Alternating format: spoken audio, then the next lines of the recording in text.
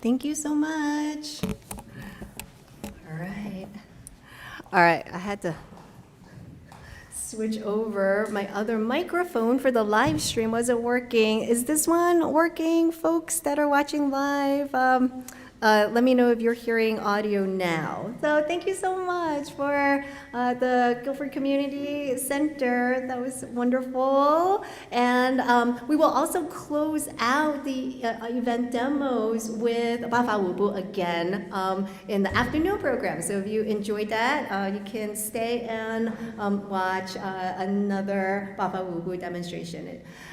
Next, I want to introduce Bill Banick, who he is a founder of Long River Taijiquan and just an amazing Tai Chi instructor in the community, yoga instructor as well. And I'll let Bill introduce himself. So sorry, just like hold both.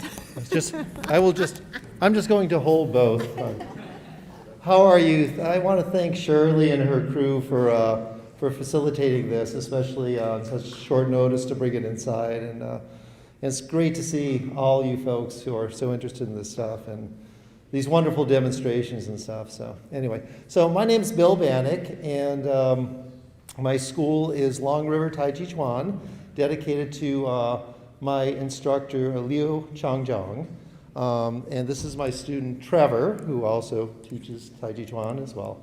And we're going to do a demonstration of the Northern Wu style, which is the third of the traditional styles that were developed, the long styles, founded by Chuan in the 1800s. And we're going to be, since we have 5 minutes, and it normally takes about like 45, 50 minutes to get through the entire form, at a reasonable pace, we're just going to do 5 minutes of the first 7 postures done in a Qigong circular sequence. So Trevor's going to be doing it in one direction, I'm going to do it in the other direction, and we're going to see how it goes today. So, thanks.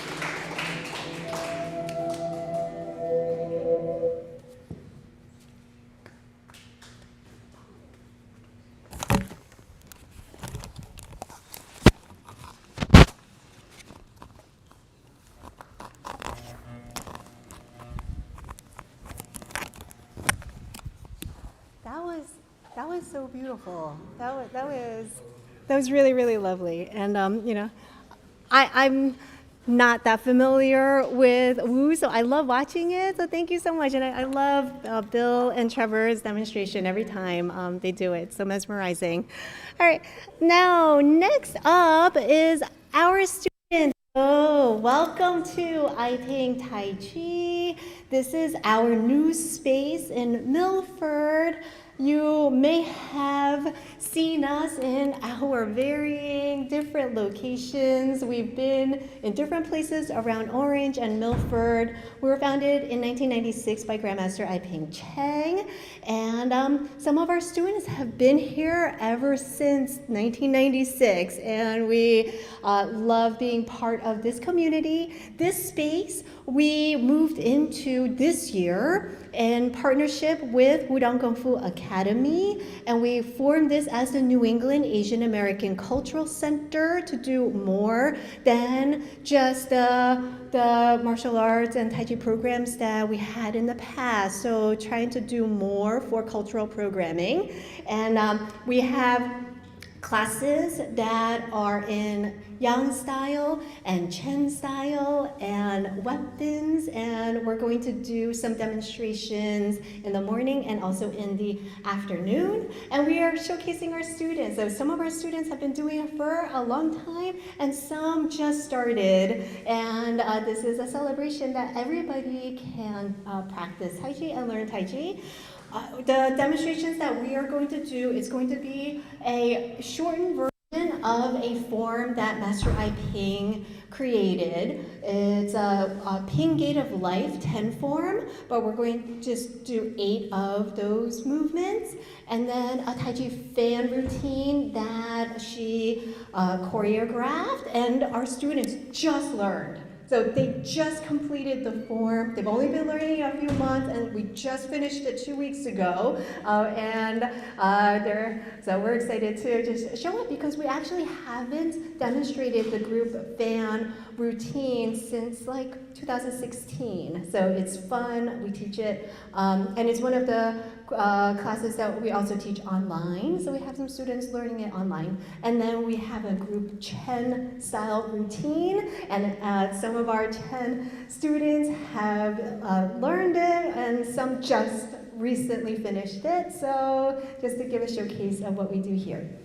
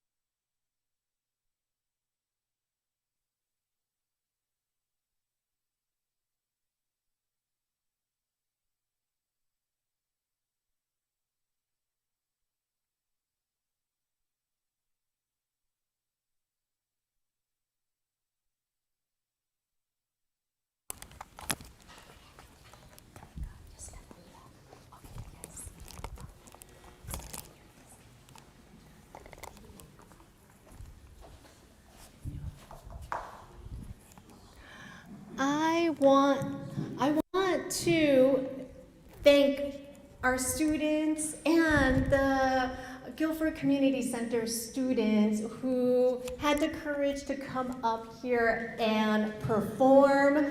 I encourage all of my students to come and perform, whether they just learned the routine and had only been doing it for a couple of months, or they've been one of our instructors. Wearing the blue pink symbol are our instructors. Everybody else are our students, and it's, I think, important for people in the community to see that everybody can do Tai Chi, that you can enjoy the practice of it and show others what it's about, even if you are a beginner student yourself, because that's how we spread the practice around and let people know that really it is for everyone.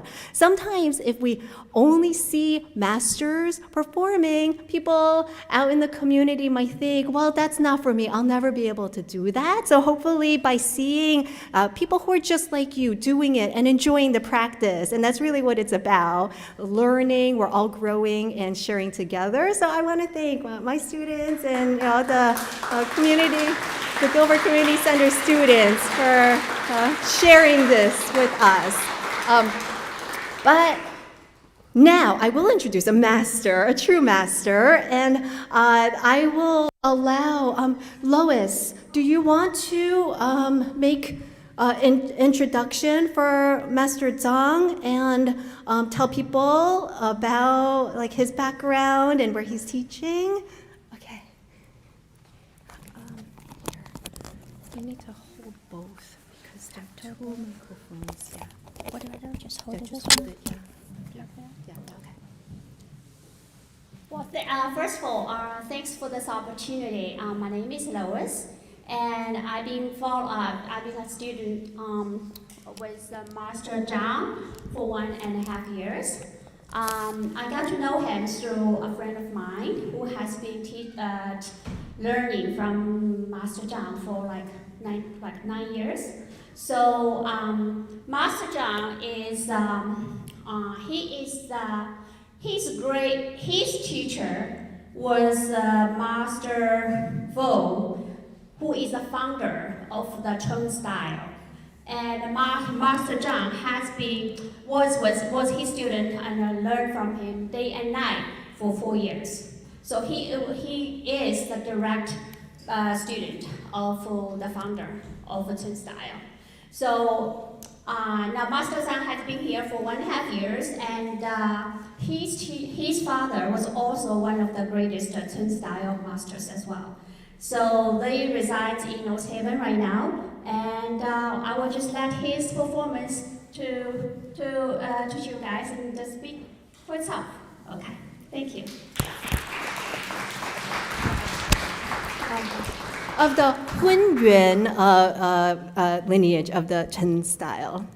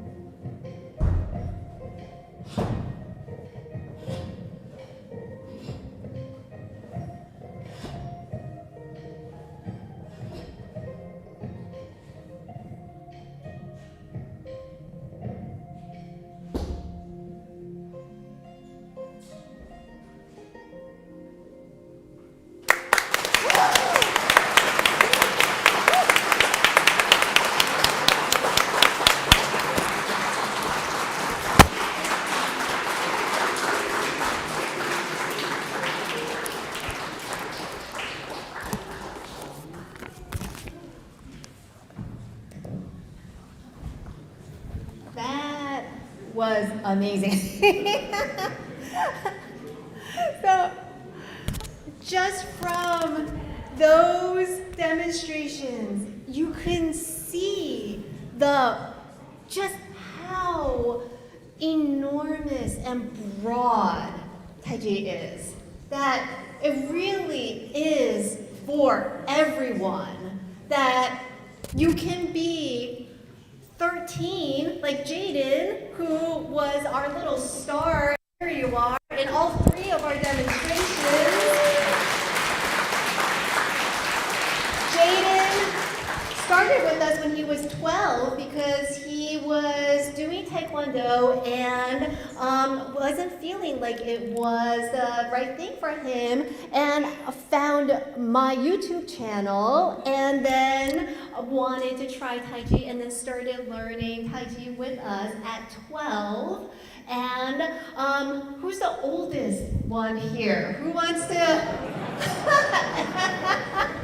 admit that they are the oldest? Well, if you don't, I'll tell you there was one class where we had someone who was 90 in the class. So Jaden was 12 and our oldest student was 90, taking the same class together. What other activity can bring equal amounts of men and women together?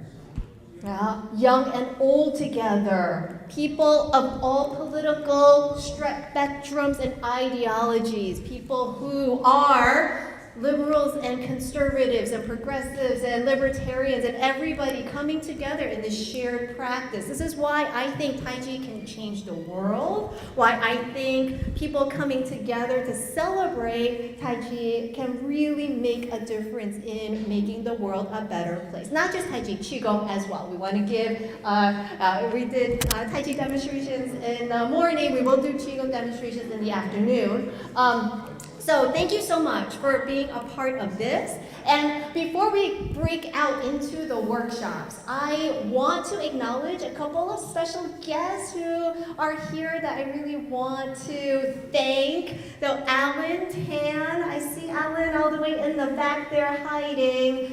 Alan works for the state of Connecticut in the commission. He's one of the commissioners, the co-chair of the commission for women's, children's, seniors, equity, and opportunity. They do a lot of really great work to help with our community programs to make sure that people are supported and represented. And I appreciate Alan coming here to join us. I also want to thank Charles Butler, who's back there, for coming. If you don't know, Charles works in Rosa DeLauro's office, and Rosa DeLauro is a very special person for us in the school because she was the one who helped Master Aiping get her extraordinary visa to come to the United States, back in the 90s. And we actually also have some great photos of Rosa doing Tai Chi with us at one of the events in New Haven. And then our Colchester friends. I saw Onassis coming in over there. So Onassis, let everyone know that you are here. Onassis Parungao. And then I mentioned Steve Watson. Do we have other Colchester friends that are here? Bernie, I see, is over there. Yes, Jay. Jay is going to teach a workshop with Dr. Zimmerman in the afternoon, and this is really special for us to be able to get our Colchester friends together. So they came down to support this event. I hope everybody here goes to support the Colchester event that is going to be May 20th. So now we are going to break out into our morning workshops. So the workshop schedule is in the program and also on the board. The red area here is going to be Bill Banick, teaching some important fundamental principles of Tai Chi, the Jing, Inertia, elastic inner force, Tanxing Jin, the things that you hear about but might be confused about. So Bill will be here teaching that. And then over in the orange area, which is inside the room, Regan will be teaching Tai Chi body conditioning and Qi circulation. So he will be in there in the orange room. And then in the yellow area along the mirror there, we will have Rocco. Volpe, Rocco is over there, yes. So Rocco teaches Neigong here in our school. He's our guest instructor here. He'll be teaching beginning Neigong over there. And then this area, blue area here, is for you guys to play. I know everybody wants to go and push hands with Master Zhang over here, so you guys do that. Bob will bring out some swords, and you guys just can have fun over there. And then finally, thank you to my husband Marcus, who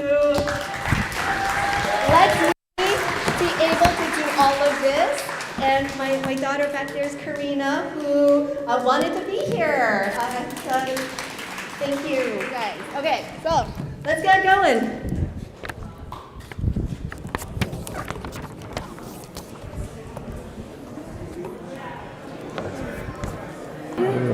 There you go. I feel. Is that okay? Sure. This is definitely new to me. I'm Yes, like, so this is exactly. how So. we do it in 2023 now. Yeah, I know. Totally like in her own world. Here we go. Like exactly. Like what's going on with this? Right. Exactly. Technology. I like it. It's to. All right. Here we go. So people could purportedly hear me. All right. This is being live streamed. The camera is over there. All right. Gotcha. Alrighty, so welcome. So if you're doing Tai Chi or any other martial arts, you're probably familiar with some of these concepts, okay? And basically, I just want to kind of present it in a way that everybody could understand. So basically, when we're doing Tai Chi, you know, we want to be relaxed. We want to have our energy focused, and the basic principles are, you know, learning the steps, learning the form, learning the format. Once you learn the format, then you can start to explore the format through stretching, relaxing, breathing. So one of the principles that we're going to be exploring today is called Jin, okay? And that's practice whole body force, which comes from practiced whole body movement. So when we're doing Tai Chi, we're doing a movement, we're practicing it, we're trying to use the entire body in a very relaxed manner. We're stable through the feet, settled through the legs, stationary through the hips, moving through the spine, moving through the arms, moving through the legs, okay? So that's full body force. Another principle is Guanxing, which is inertia. So once you activate your movement, then you let it go, right? That's the inertia, right? So you go from full body force to inertia, right? But then there's a principle of Tanxing Jin, which is retraction or flexibility or stretch, okay? So when you bring those principles into play, full body force, conceptually, practically through, you let it go, it stretches until you can't stretch anymore. So depending on how relaxed you are, how open you are through your joints and ligaments and muscles, you could get that full body stretch, feeling it through each and every part, and then you just let it go into retraction, okay? But if you just let it go, then gravity comes to play on it, maybe some tension comes to play on it, but you need to direct it with your yi, your mind, intent. So then you go into another movement, right? And you let it go. And then inertia into that full body force, that elasticity, and then you continue with that, right? So you want that continuous cycle of practice movement, okay? And over time, as we develop our awareness from the base of our heels all the way out to our fingertips, we can start to really use that in our Tai Chi. And that's where we want to get to as much as possible, okay? So without relaxation, without practice, without intention, it kind of becomes stilted and limited, okay? So we're going to do a little exercise, just some basic exercises to explore that. So why don't you guys line up here, and I'll be here. Okay. You could form several lines here. Okay. All right. So let's just do an exercise through the feet and legs and hips. So we'll take a nice, easy Tai Chi stance, focusing, head up, tailbone down, relaxing.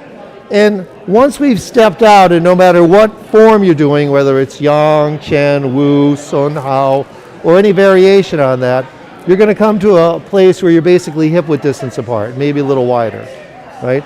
The first thing most forms do is we open up by drawing the shoulder blades back and opening up the front. So we've just created that initial movement, and then if we let it go, it starts to move forward. And then we bring that intention into play. We bring that stretch out to play.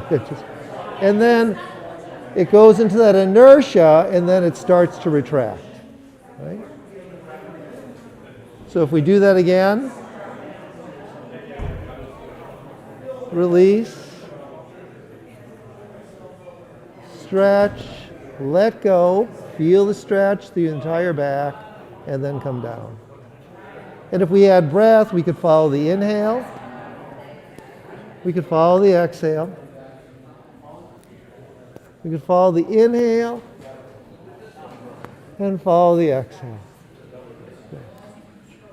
And just doing that movement where we're opening up the front, releasing, opening up the back, releasing, inhaling, exhaling, inhaling, exhaling. So if we bring our awareness into our toes and our feet, we relax. We're grounded. Full body, right on the feet. As much surface area as the feet as possible. And then taking it up through the legs, ankles, lower legs, knees, thighs, glutes, definitely through the lower back, sacrum. You can start to really direct that energy.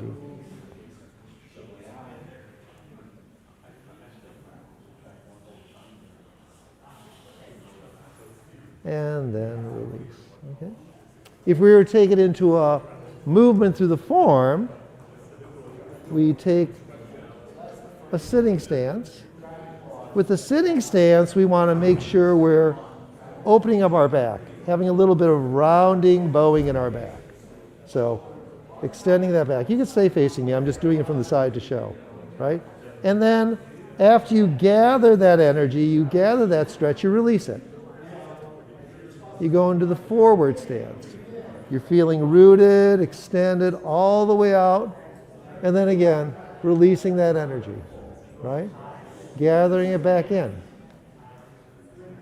Opening up your back from the feet all the way through, and then release. And then when you reach the limit of that stretch in a relaxed manner, then you release again. So you can see that elasticity goes in not linearly, but all throughout your body. So one part of your body might be doing one thing, another part of your body is doing another thing, right? And if it's unconsciously doing that and unawares, then you're not using the full potential, right? But how to get there? How to get there over time, right? Start out as a beginner, you have to learn the movement, the various stances, the various positions of the arms, the various applications of the movement. And as you go through that in a very slow manner, you can start to bring awareness to each and every part of your body. You can't just imagine it, you have to practice it, right? We have to practice, daily basis, and make the practice not something that's going to make you better necessarily, but use the practice to give you the information so that you get to know what's going on in your body, so that you could start to bring your awareness to all the different areas. so that when you're doing a certain movement, you can use your entire body into that movement with all these principles. Does that make sense? Right? So, how many of you are studying Yang style? Okay. So just about everybody here is studying Yang style. So let's take some movements out of the Yang style and we'll work on those. Okay? So let's turn around because the camera's here and Shirley wants us to be able to use the camera into live cast. So here we go. All right. So let's take the first movements. We'll do the commencement of Taijiquan, and then we'll go into in fact, let's skip the commencement of Taijiquan. We'll go right into parting wild horse's mane. Okay? So we're going to say we're over here. Again, build up that energy through the back, and then release. Allow it to go out to its full extension from the foot all the way through the body to the arms, and then start to withdraw. As your body withdraws, your leg starts to stretch. Again, building that energy, coming across. Pivoting, find that energy here. As we build that energy, we release into inertia. Open up the back again, and then release forward. And again, we could follow our breath. The exhale, into the inhale, into the exhale, into the inhale.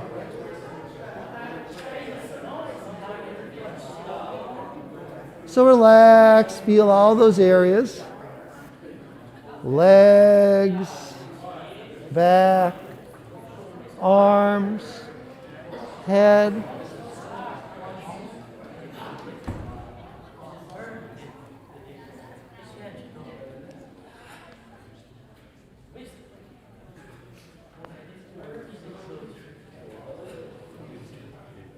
Now, if we were to take that into the backward movement of repulse monkey, same idea. Building up, start to release. Directing it, following it through, opening up the back,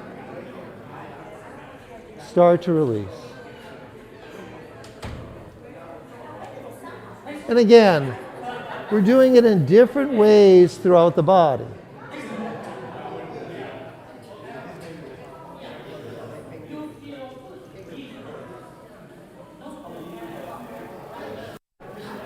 So again, allow those arms to move away from the body. Start to move back, but we're directing them with the mind. Looking with your vision over to the left. Looking with your vision back to the center. Looking with your vision out to the right. Looking with your vision back to the center. Then if we turn it into the grass sparrow's tail, gather up, open up the back, release. Throwing those arms out into a circle, and then feel the retraction. Feel the back opening up.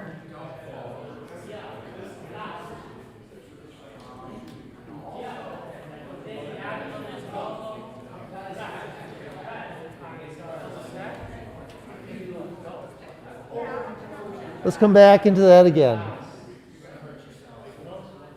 So again, form your circle, direct it out, follow it around, continue to follow it around.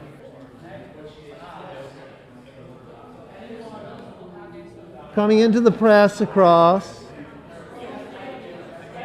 follow that circle around again. Opening up. And then releasing. And then we'll come to settle and release. Start to feel that idea of, you know, full body, extending out and releasing, right? So one of my teachers said, sometimes we're going to allow ourselves some exaggeration, right? So that we could really explore it, right? So when I was learning, he would say, just explore, move out, see how it feels. Forget about the form, feel the movement, feel your body.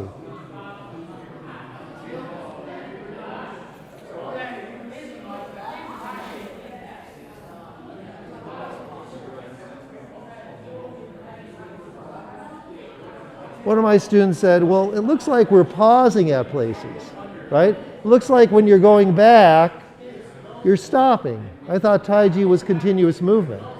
It is. The movement's stopping from front to back, but it's moving up through the body, moving down through the body as well, and then following it out, right? So you want to think of your body as an orb, right? You want to think of your body as an orb and your mind sending the energy, movement, stretch in all directions, right? Use that relaxation. The more you can relax, the more access you're going to have to those tendons, ligaments, and muscles, bones, right? So any questions or observations up to this point on anything? No? You guys good? No? You guys, so these concepts familiar in your Tai Chi concept ideas? Okay. All right. So let's take a different movement. Okay. Let's take going from single whip. Okay. And let's go into high pat the horse. So as we go into high pat the horse, feel the pivot happening on the back leg, feel the extension, and feel the extension going all the way out, right? So, and then feel the release to let the foot come in, what we call that half step. And then feel yourself settling back. Again, opening up the back here so we can release. Coming up to cross. Again, sending the leg out, opening up, and then release. And then we'll come into that separate right leg.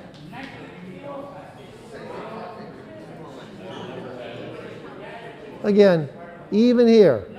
Sending the stretch out, and then release. Right. So we've just send the stretch out, released, take time to open up the back, and then coming into Twin Peaks. Again, all the way through, let it go. And then feel that retraction as it comes back. Good. Opening up the back here, releasing across, that pivot, coming up, the extension,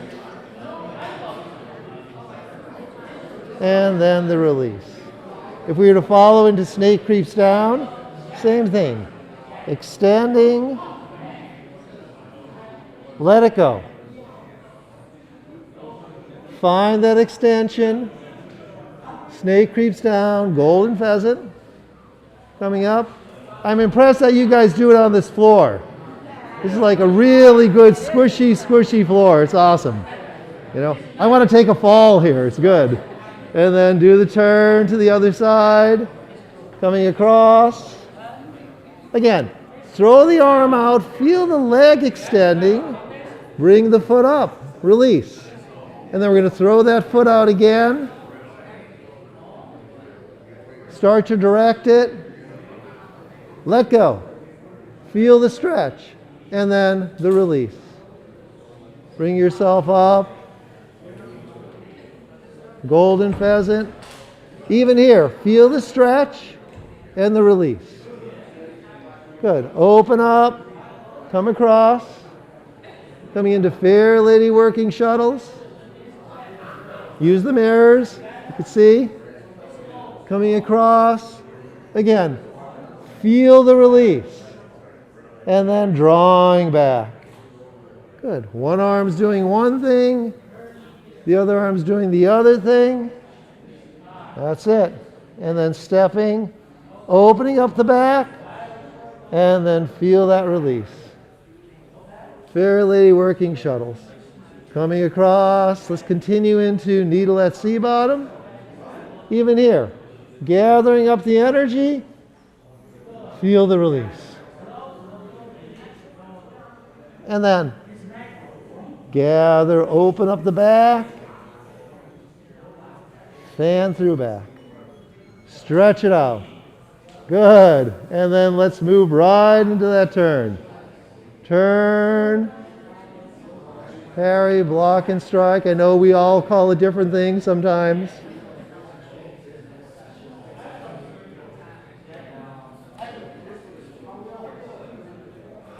Let it go.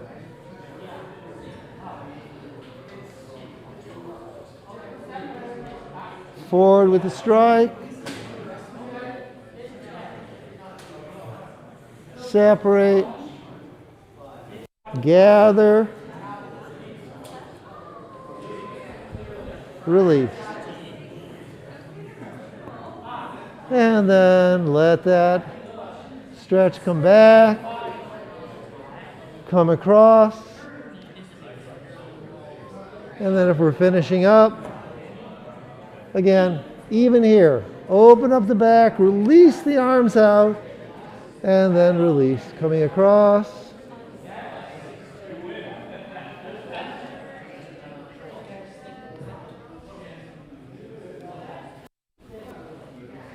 So, and like Shirley was saying, it's like you come into this and you find out that it makes you feel much better, right?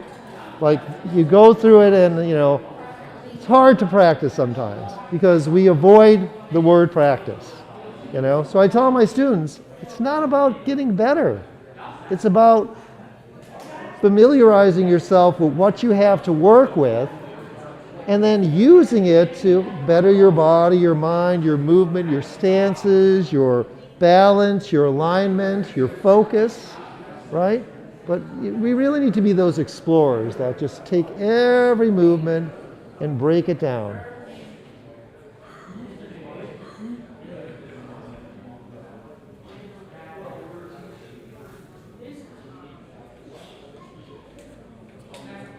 And people say, well, Tai Chi looks graceful.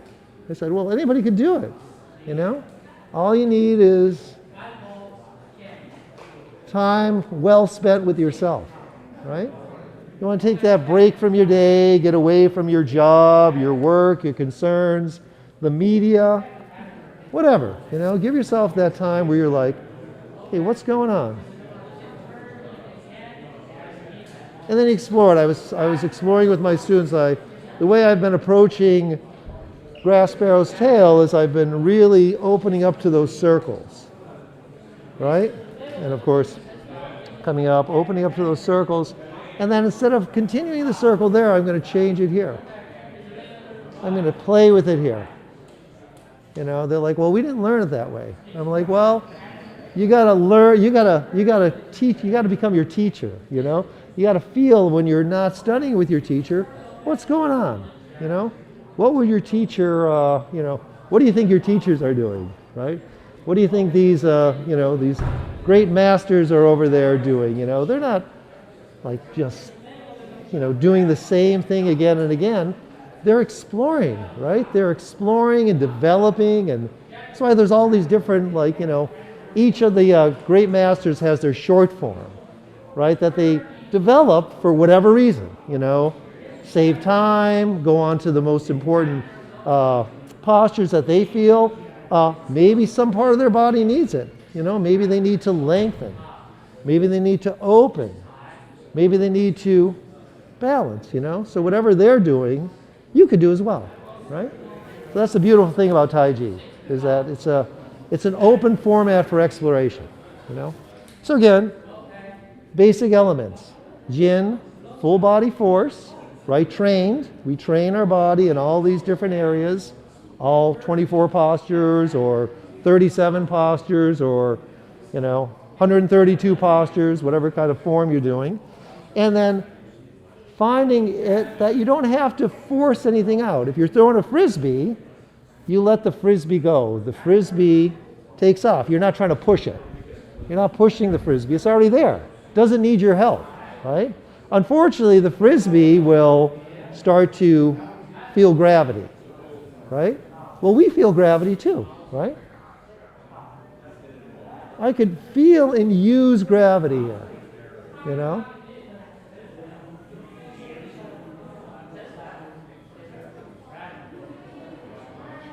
Gravity, inertia, stretch.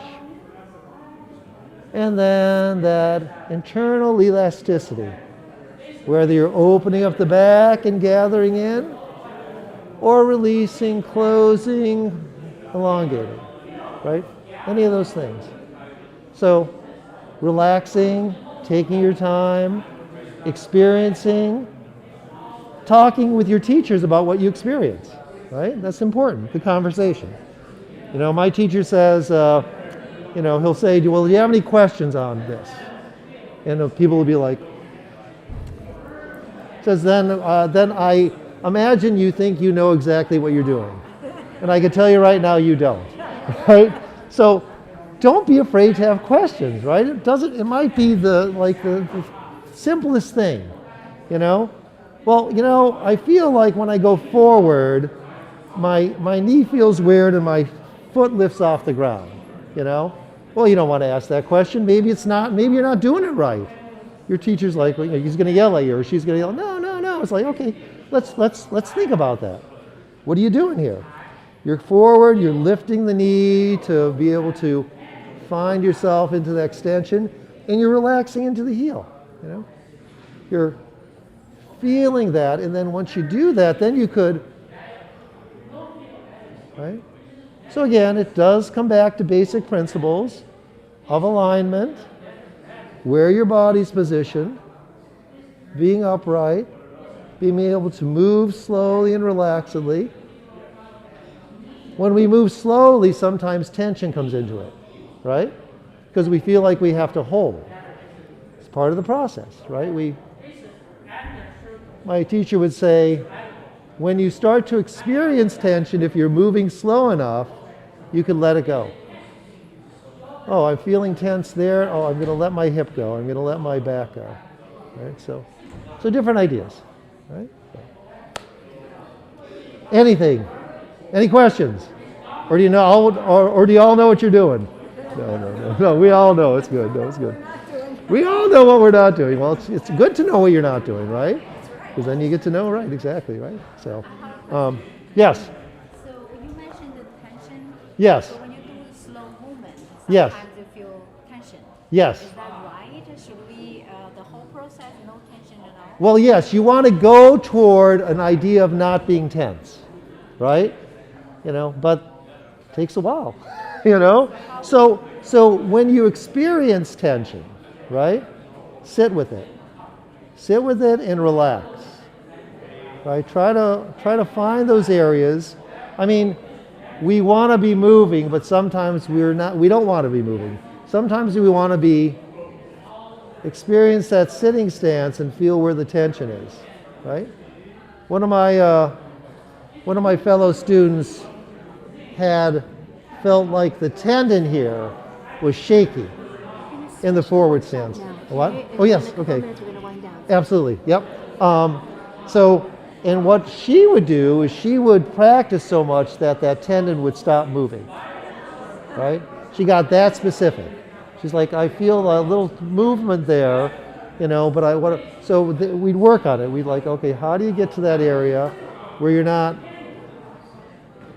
moving that tendon? It's going to settle down, right? So piece by piece, right? Toes, feet, heels, metatarsals, ankles, right? I would imagine breath helps. What?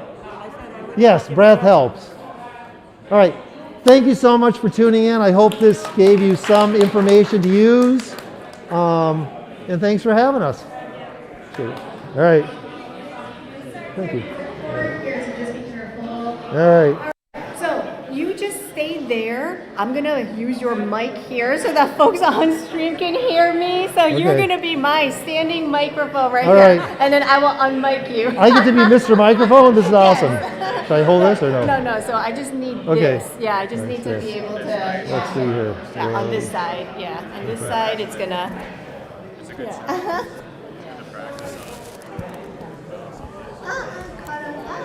That's okay. Okay, there we go. There we go. Thank There you, we go. thank you. All right. Thank you. Thank you all so much for joining the first session of the workshop. Thank you, Bill Banick. Thank you, Rocco Volpe.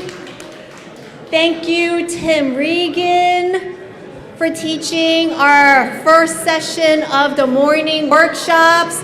These are your community teachers. Tim, he is a professor at University of Bridgeport, and he is also the owner of Water Wheel Tai Chi down in Fairfield County, and also online also, right? Yeah. And Bill teaches out in the community. Rocco, he teaches Qigong here. And then now we're going to switch over to the second session of our afternoon workshops.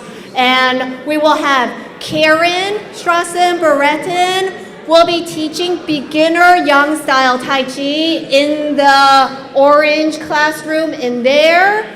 Lamont Thomas, I see Lamont. Sorry, I didn't see Lamont earlier. I didn't get a chance to introduce Lamont here.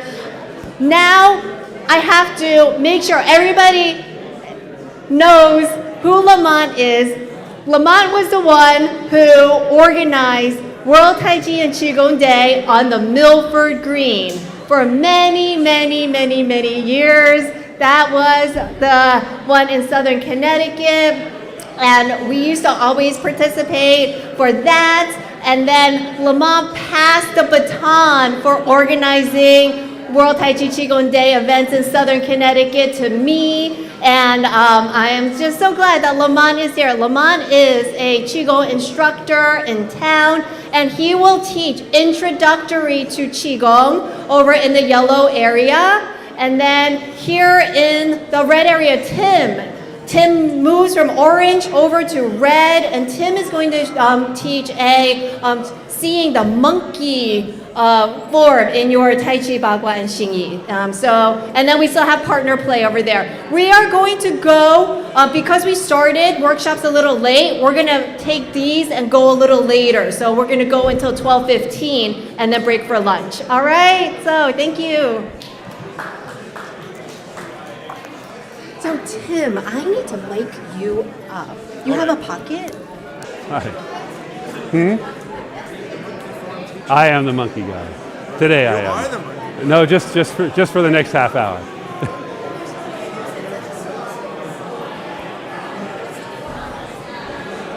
So, we'll see if I was too esoteric in my choice of topics. In your previous class? In this one. In this one? Yeah, no, that one I tried to pick something that was very straightforward. Is that the name of the place? You used the term I wasn't quite hearing. Gun point? What were you saying? So Feng Fu at the base of the head. Feng Fu. So that's the That's the 16th atlas point. Okay. It's at the atlas, occipital atlas joint, Okay. right? What did you So call it? Feng Fu, the palace of wind, or the repository of wind. So Wind that is the great acupuncture? driver of external disease in Chinese medicine. Whiz. External disease, yeah, right? So any kind of infectious agent, the back of the neck is where you're going to get it. I mean, that's not just Chinese medicine, that's just old world, right? I mean, you talk to old Polish women, they'll say, oh, it's the weather's terrible, cover the back of your neck or you'll get sick, right? So that's an acupuncture? I teach Chinese medicine at the University of Bridgeport. Yeah. That's an acupuncture? Yeah, there's actually two very close to one another. What, atlas and the axis? Yeah, right, sort of, Both? yep. and then right at the base of C7. The base of C7. Yeah. So and that's Da Cui in Chinese. So that's the big bone, and that's where we also feel the lift. The C7 moves. The C7 moves. Right, getting some articulation at C7, T1, which is really hard. T1, T2, getting any movement in there is very tricky for a lot of people. We're not moving atlas and axis, though. We don't want to move at. Do those move? Yeah. Well, I mean, you want to glide the octopus, right? You want to glide your octopus. So let's start our workshop. But it's only the oxygen. Yeah. Okay. Right. So this is all so the monkey plays right into this, right? So are you going to do this one, or are you running enough? Okay. So let's get in close so we can hear each other, because I want questions, because this one's very sort of nitty-gritty kind of technical thing, rather than a routine per se. So we'll look at some movements. Yeah, we'll probably get somebody else. So I think we're just jumping right in, right? We're not waiting for a gong or anything. Okay. So Tai Chi is not known for animal forms per se. Not the way a related art named Xingyi is. People familiar with Xingyi Chuan? Heard of that?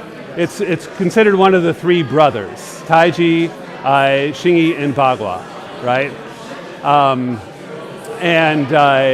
So Xingyi has explicit animal forms like many Chinese martial arts, but Tai Chi was heavily influenced by the Wushen Shi, the five animal play. So people may have heard of five animal play or frolics, right? Most traditional Chinese martial arts were heavily influenced by this set, which is very old, and there are many versions, many routines of it. And the five animals, one of them is the monkey. The other are the crane, the tiger, the bear, the deer.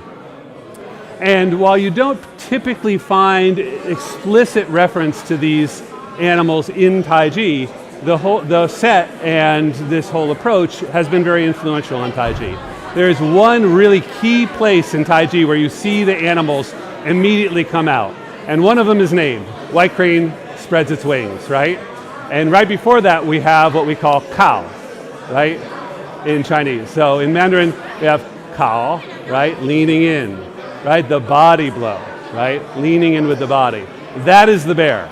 They don't call it the bear, but it's taken directly out of the bear. In any other martial art, they would call it a bear move, right? Just in Tai Chi, they call it kao, right? But if you learn the Wushen Shi, one of the moves typically is called kao, right? Or kao and kan and kao, to rub up against, lean in. So, where's the monkey? Well, there's one obvious reference in Yang family, right? In Chen style, they talk about an ape, right? And Yang style, they talk about a monkey. Interestingly, hey Jonathan. There are two common words for different types of monkeys in Chinese. One is the gibbon, and one is the macaque. Yuan and Ho. The one referenced in the five animal play and in Tai Chi is Ho, the macaque. So small, nimble, mischievous, not elegant and upright. That's what they call the gentlemen of the forest, the gibbon, right? They stand up, they look like people, right? They're very well-mannered monkeys, right? They're in fact apes, right? As opposed to the macaque. So the macaque is a small creature, right? Very dexterous. And one of the ways we see the monkey form in things is we see the shrinking neck. Now, if I try to pull my head down into my body, that's going to get uncomfortable really quickly. Right? I don't want to squeeze my cervical vertebra. I don't want to put a lot of pressure there. But I do want to get that sort of monkey posture. So what I have to do is open up my back so it sort of swallows up my neck a little bit. So we're going to do this by gently exaggerating our normal Tai Chi posture. So the normal Tai Chi posture, everybody knows, is chin in a little bit, right? Sometimes I say down, but really back is better, right? If we're talking about anatomy, it's retraction. The head is moving backward subtly. And this is what lifts the crown. If I want to find the crown, I find the tips of my ears, right? And there's the crown, right? What they sometimes call the martial crown in Chinese, but really the crown is the crown no matter what. You talk to a barber, that's what they're going to call the crown. It's a little bit back on your head, right? Because that's where the whirl of hair is, right? The crown is really a barber's term in English, and it's back on your head. It's not what we would normally think is the very top. So again, very standard kind of Taiji talk. But if I want to feel that string suspending me from above, it helps to get some support from below first. So the head moves back. I feel the back, the occipital region, the back of my head open up. And I should actually be facing this way a little bit, but I don't know. I don't know who can really see anything in the live stream or not. Mostly it's talking that I'm doing, right? So the head is going to be back a little bit. I want to feel that open up, and that's really important, right? We talk about the Du channel a lot in Tai Chi, the governing channel that runs up the spine and over the head and down to the upper lip and gum. The Du channel is the most important channel, technically a vessel in Chinese medicine, which means it's at a deeper level of organization than the channels that run through my arms and legs and whatnot. And if I want, there's a few key places where qi flow gets obstructed along the Du vessel.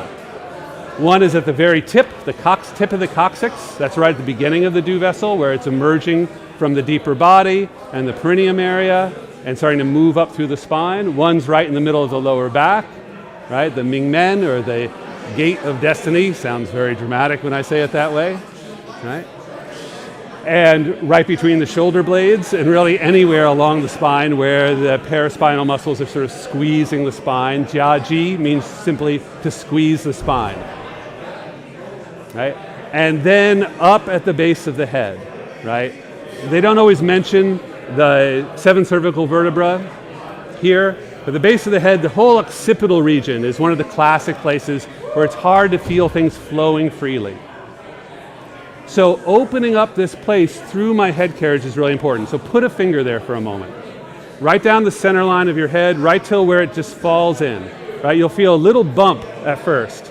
Right? There's a little protrusion right before it falls in, and then there's 2 little slight hollow spots below that. Right? There's one small hollow spot right below that slightly pointed bump. And then a little bit below that is a little deeper place. So there's actually 2 acupuncture points there. I call them acupuncture points, but really they're just called channel cavities because they don't just belong to acupuncture, right? They belong to martial arts, they belong to massage, they don't belong to acupuncture in any significant way. So feeling when my chin comes back, feeling this point rise and feeling that open, feeling the subtle stretch, and a kind of subtle gliding movement. Your skull sits on the top of your spine on a literal gliding joint. And I said this in the previous workshop, it's like a lazy boy chair. You can be in the reclining position or you can be in the upright position. So for Tai Chi, I want to pull that lever and sit the chair up and be sitting nice and tall. It starts there. That will give me lift in my upper back. And here in the monkey, we want to slightly exaggerate that lift of the upper back. Part of the way I'm going to do that is by sinking down a little bit. Think of just dropping your head toward the floor, lowering it down gently. Your head closer to your heart is one way to think about it. The monkey is associated with 2 major organ systems in the 5-animal play. There's sort of 2 big schools of the 5-animal play. One of them associates the monkey with digestion, the stomach and spleen, the Chinese spleen, and the other associates it with the heart and the mind. Really, no matter which version you're doing, it's both of these things. So think of dropping your head towards your heart a little bit, softening your knees and hips. Right? You don't have to get really deep, but do imagine yourself small. Right? And as I sink down, my back opens up and becomes a little rounder. But I don't lose that sense of lift here. And that's the tricky part. I want to drop my head, but it's as if, again, that image, the very common image of the head being suspended by a string, it's like somebody's just lowering the marionette towards the floor. The head is suspended no matter how far down you go. So we're going to pair up a little bit. So whether you know somebody or not, find somebody who doesn't look too threatening. And what I'm going to do is I'm going to put my hand on somebody's back. So I'm going to turn you around a little bit. And find that big bone right at the base of their neck. Find the top of their shoulder blades, right? You can feel the bony part. Just put a hand there. And now, as you bring your chin in and your crown up, and now as you bend your knees and your hips and you sit down a little bit, I want to feel this become a little bit more round. And that might be very hard to do. So put your hand on my back for a second. So it's very easy to sort of move your head a little bit and nothing happens there. Put your hand a little bit lower. Yeah, you want to be like T1, T2, the top of the thorax, not in my neck. And I can move my head and nothing really changes there, right? I can bend my knees, nothing happens. Now, yeah, put your whole hand there so you can feel the big shape change. Now, when I do this,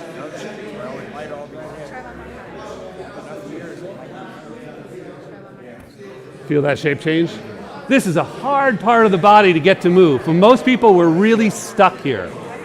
It's hard to get this response. Felt like a thoracic back, but you're not. You're what? It is. C7T1. Yeah, so everything moves. Everything, right? So your thoracic spine, your rib cage is rounded this way, right? They call it kyphosis. And so I'm increasing the curvature of my upper back subtly.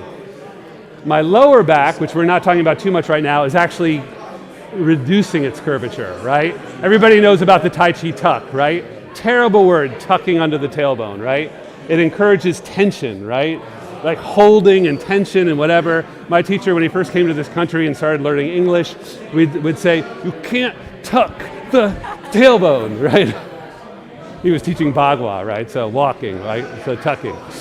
So you can let the tailbone drop, right? You can let this curve in the lower back just ease and just iron itself out. Just let the weight of your hips drop down. Nice and loose. Let this open up, the lower back nice and open, relaxed, loose on the outside. On the inside, full and supportive and strong. The kind of strength that just emerges spontaneously. And so this is all just standard Tai Chi talk, right? Standard Tai Chi posture. A monkey is a subtle exaggeration of that. So, anybody want to put their hand on my back? Because my teacher used to say, feeling is believing. Because if you don't feel it, it's very hard to know what you're going for. So here's nothing, right? Moving my head back, bending my knees, nothing, right? As opposed to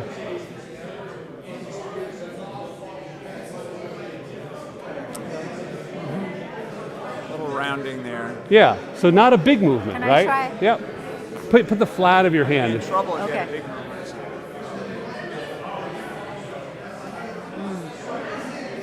Yeah. Feel that change? Yeah.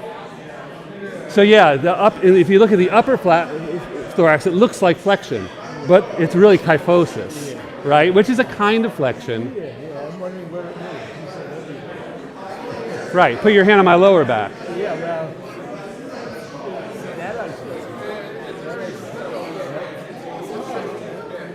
Right, but if lower back, you're actually moving your pelvis. it's posterior tilt. The posterior. Yeah, it's posterior. Posterior tilt. Yeah, yep. Can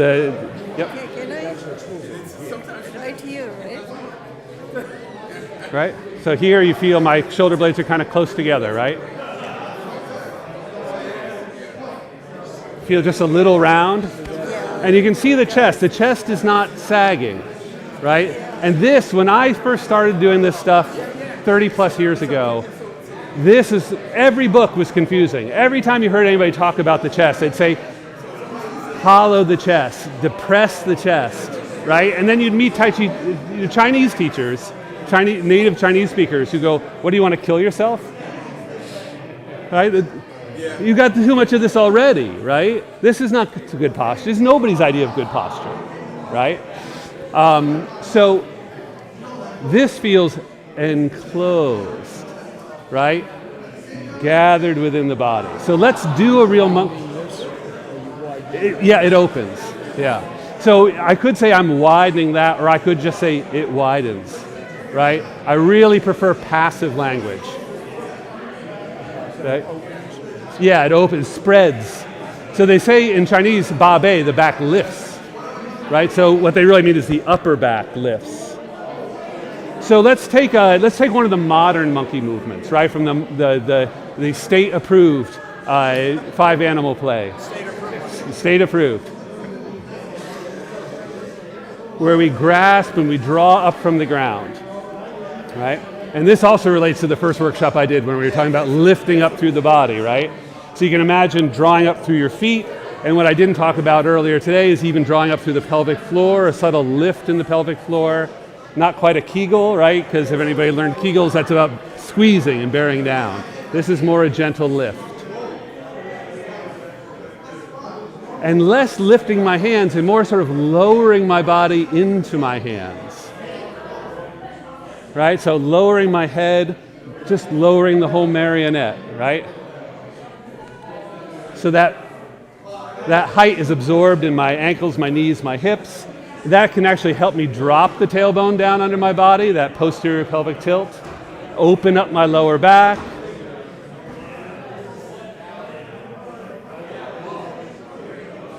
And finding the neck just disappears into the back a little bit. The neck is gathered in and drawn in. Right? Now, in the state-approved exercise, we would then look left and look right, right? Get a little work in the, that's the monkey.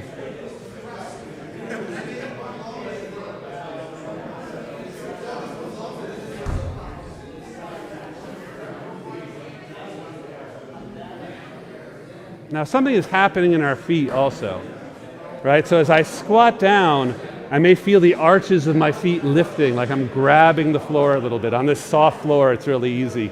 Right? And then, as I release down, so what I see in my hand is happening in my feet, right? That gathering up into the arches and that releasing back down.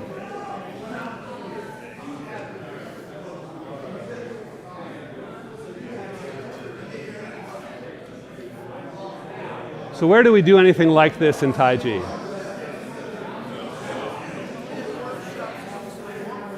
They tell you right in the name of the form. Where do they talk about monkeys? Where do they talk about monkeys in the Tai Chi form? Repulse the monkey, you're getting rid of the monkey. But what nobody realizes, it's a homeopathic treatment. You're fighting monkeys with monkeys. So, yes, yeah, it opens. It opens. The back rounds, right? The back opens, yeah, the upper back rounds by rounding, right? It opens by rounding. The lower back opens by squaring, right? This is Chinese culture 101, right? Heaven is round, earth is square, right? Think of any old Chinese coin you can think of. A square hole and a round, that's heaven and earth, right? So when my pelvis rotates back, my lower back flattens out, right? I reduce my lumbar curvature a little bit. I'm increasing the thoracic curvature slightly. I'm flattening the lumbar curvature slightly. And that's heaven and earth. So the neck is going to gather in, it's right? It's going to gently gather in, but it has to stay light and open. That's why I started talking about this point. If my neck feels closed and crunched in, that's not good for me, right? So in Repel Monkey, we have a knee lift, right? So instead of squatting down really far, I'm just flexing my hips on one side. But how do I get that leg off the ground? I sink into it. I sink into one leg. There's the squatting action. It doesn't necessarily have to be really visible, right? It doesn't have to be a big, obvious squat. And that gathering up action is seen more in one leg than the other. It's still happening, right? I'm still releasing down through both hips. I'm still gathering up through both feet, but they look very different on the outside. right? So there's a big obvious yin-yang difference in the two sides. But internally, there's something very similar about, right? I'm relaxing down through both hips. I can feel it in my hip joints, the qua, right? The upper thigh, hip, pelvis. So we're just going to take that official monkey movement and mess it all up, right? We're just going to invent our own movement. Really, it's not. It's just an exercise from a different set.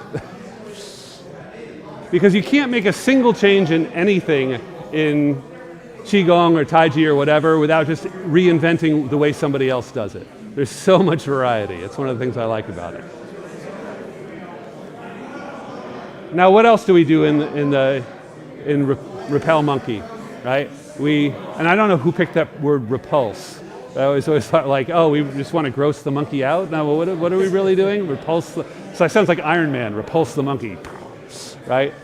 Repel seems like a word I would have chosen, but you know, once things got into English, they sort of stuck. We have that big opening movement of the arms, right? And then we gather in again. So as we gather in, let's find that flexion, that monkey shape, right? And then we release it, open, and then coming back. So we're just going to exaggerate the way we might normally do this movement, right? We might do it nice, even, one height, right? A lot of people, they do their Tai Chi, they just float one level. But here, we're going to exaggerate the hip action, exaggerate the pumping action, right? Think that when you're doing Tai Chi, you're like pumping water out of the ground.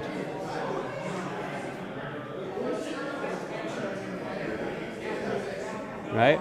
And again, if I exaggerate the monkey character of the movement a little bit, it becomes a little more playful. I'm opening my back a little bit more, and I'm really gathering the front line, including the Ren channel, right? Lengthening the Do, gather. And then as I open up, I'm opening up the Ren channel, and the Do channel is relaxing back to a shorter line, right? So in these movements, you talk all day about all the different ways you're pumping things, right? Now often we gather up onto one leg, right? And then some people do a big leg lift, some people do a small one when they do their form, right? But everybody lifts their foot to step back. There's no way around it, right?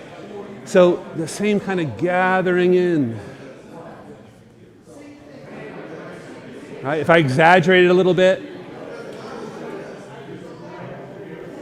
there's my monkey, right? Feel how much contraction there is. Gentle, right? Unforced. But gather everything in. The monkey helps. And then release, turn back.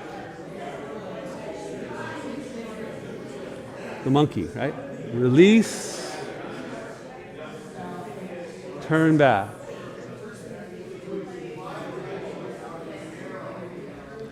So if you're familiar with other Chinese martial arts and things, this looks very monkey, right? It's just that in Tai Chi we make it all very elegant, right? We hide everything inside, right?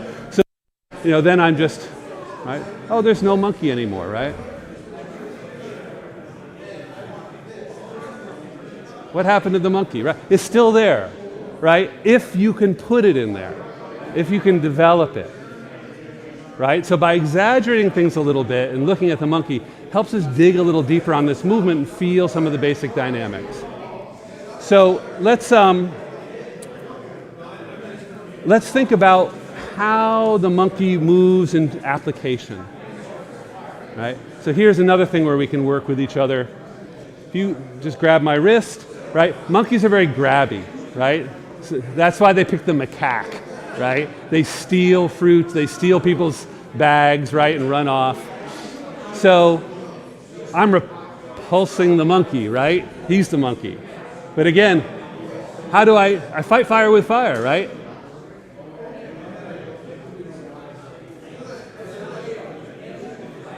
There's the turn. Oh, Tai Chi, we all know about turning, right? There's the spiral. We all know about spiraling. But how about that gathering in, right?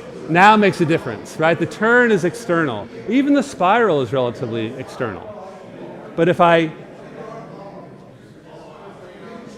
right? Then I can capture the person's center, right? And if I don't capture his center, I'm out of center.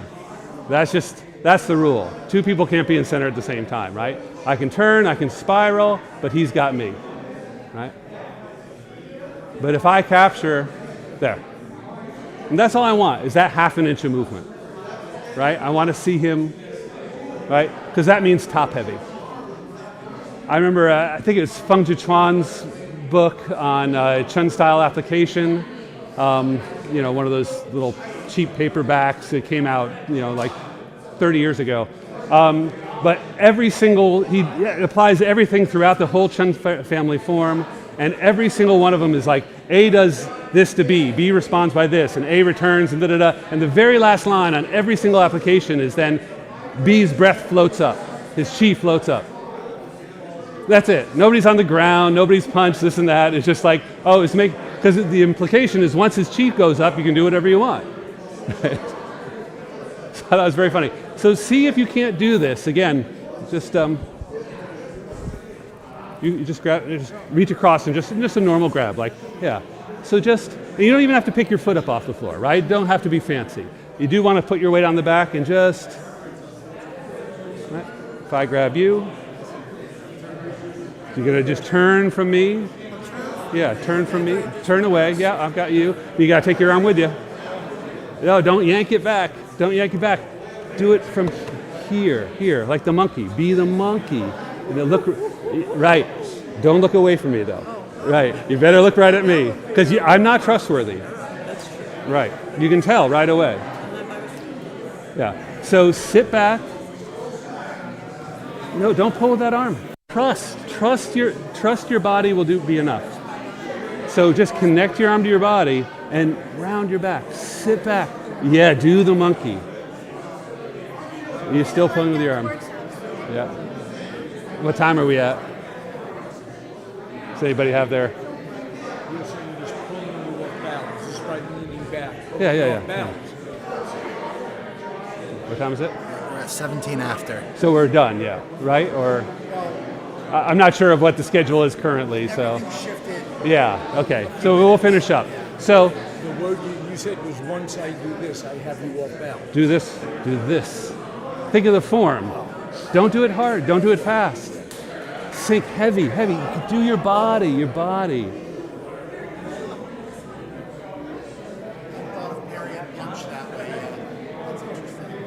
Just getting you. Here, you hold me. I don't even have to hold you, right? I can just. But don't give it to it. Don't give it to me. Like, make yourself firm, right? Right. That's repel monkey, right? But it's not the foot. It's just once you turned, you got me off. It's this part. Don't be distracted by the turning. Okay, thank you. Thank you so much.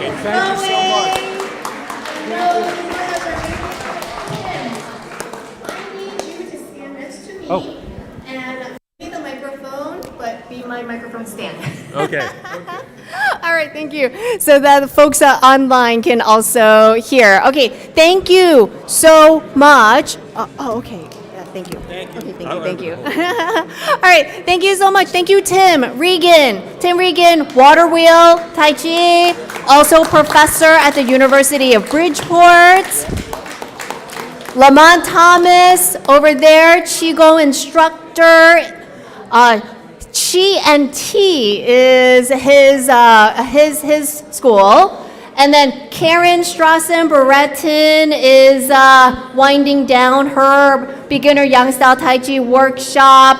Thank you so much. The earlier instructors, we had Bill Banick, Long River Taijiquan. Tim taught an earlier workshop, Rocco Volpe.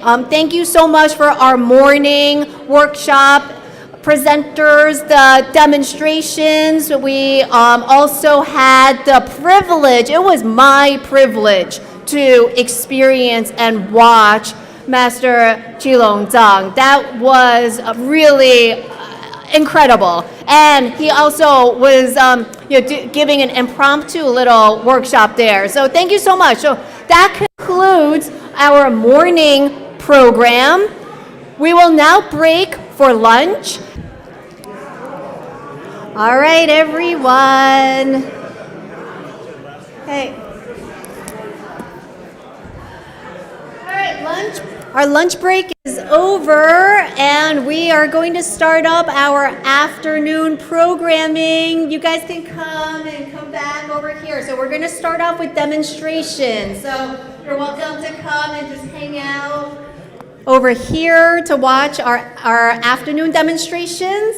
If you didn't join us in the morning program, let me just give another quick introduction to us and our space here. I'm Sifu Shirley Chalk, and I own Aiping Tai Chi. This space is operated by Aiping Tai Chi and Hudang Kung Fu Academy. We operate this space together. It is also the New England Asian American Cultural Center, where we are putting on cultural programming, and we moved into here in April because an opportunity opened up for us to have this amazing, big, beautiful space. We are very sad that our outdoor event got rained out, but very happy that that provided an opportunity to bring our Colchester friends and down together with us, which never happens because Colchester usually has their own event. So to be able to bring the Connecticut Taijiquan community together and having some new friends join us who hasn't joined us before, like Higgy, Lerner, and the JCC Tai Chi class, bringing the community programs into this event was really, really important for me, because this is about showcasing the Tai Chi and Qigong programs out in the community, inviting the public to learn more about what it is about. So in the morning, we had the Guilford Community Center Tai Chi class come and give a demonstration, and you can see that there are amazing masters like Master Qilong Zhang, who is here in the morning program. And we have students who are here learning and just sharing the joy in this practice. So we are going to start the afternoon program.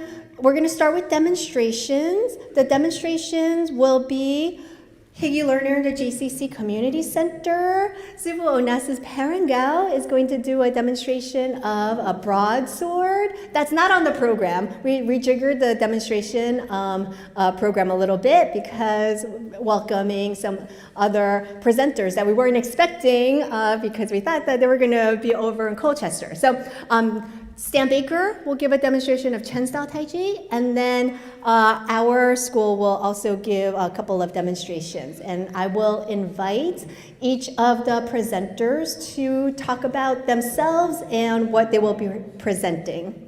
And I will start with Higgy Lerner. So, before, just to let everybody know, this event is being live streamed.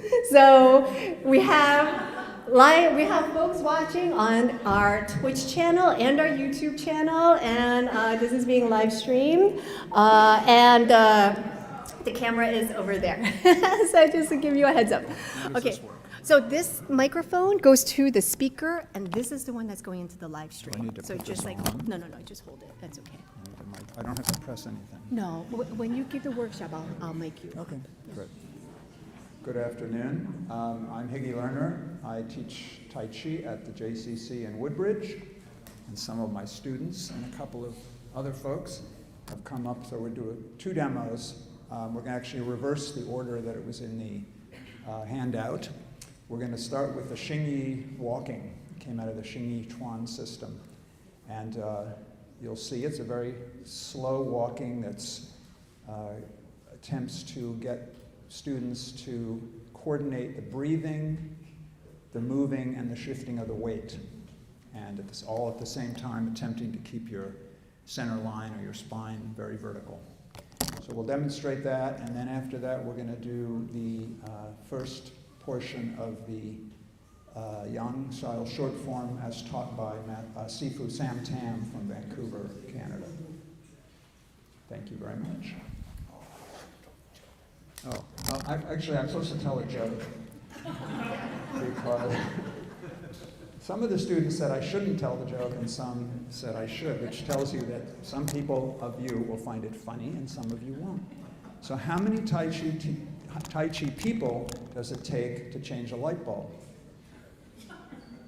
You wanted to know the answer, don't you? The answer is 1 to change the bulb and 99 to say, that's not how we do it in our school.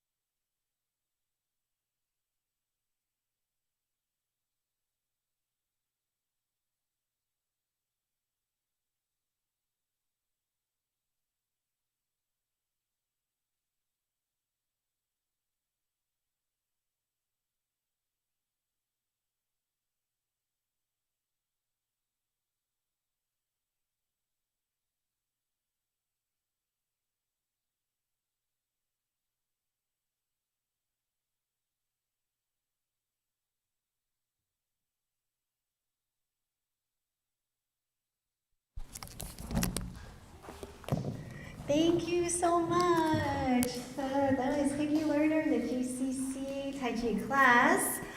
And then next up, we have Sifu Onassis Parungao, who is all the way up in the New London area. And he came all the way down here to support our event here because normally he would be in Colchester. Normally we wouldn't have the privilege of seeing Sifu Onassis. So he's going to do, actually, why don't you come and introduce yourself and your program? I'll hold the sword.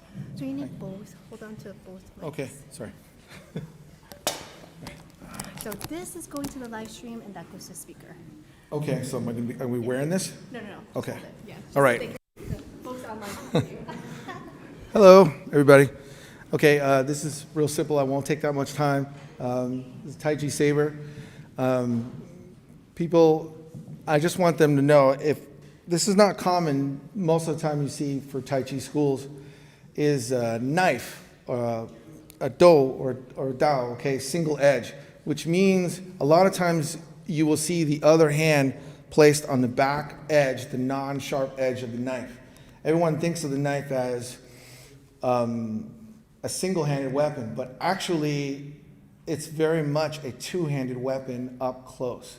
So when you have two hands on it, you can generate a lot of power and leverage. It's like, let's say you had a big watermelon in front of you and you tried to take a knife and put it on there with one hand, you can't go through, but if you put two hands on it, you could press right through it, and you can slice right through it. So unlike looking at like a Shaolin form or a Wushu form, which is a lot faster, where the whips are much more aggressive, when you're moving slower, it's not actually that slower because you're closer and your hand is on the other side, okay? So I just want to bring that fact out. I'm sure you guys are all experts and know all this stuff already, but anyway. So Tai Chi Saber, yeah.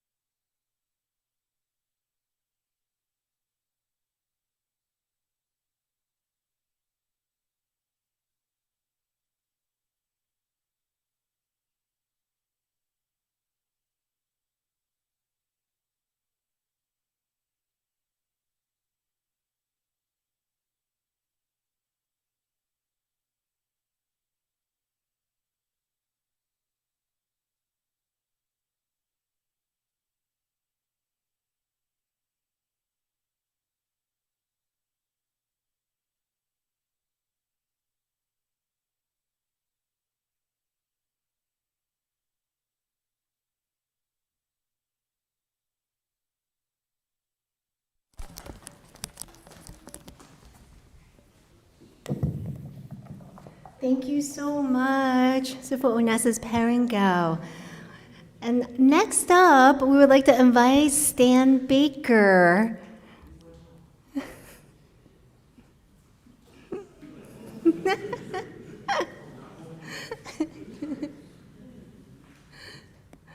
So, Stan, I'll let you introduce yourself and your program.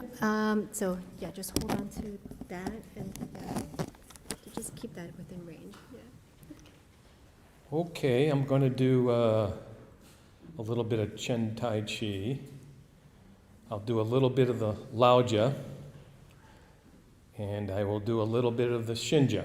So, okay.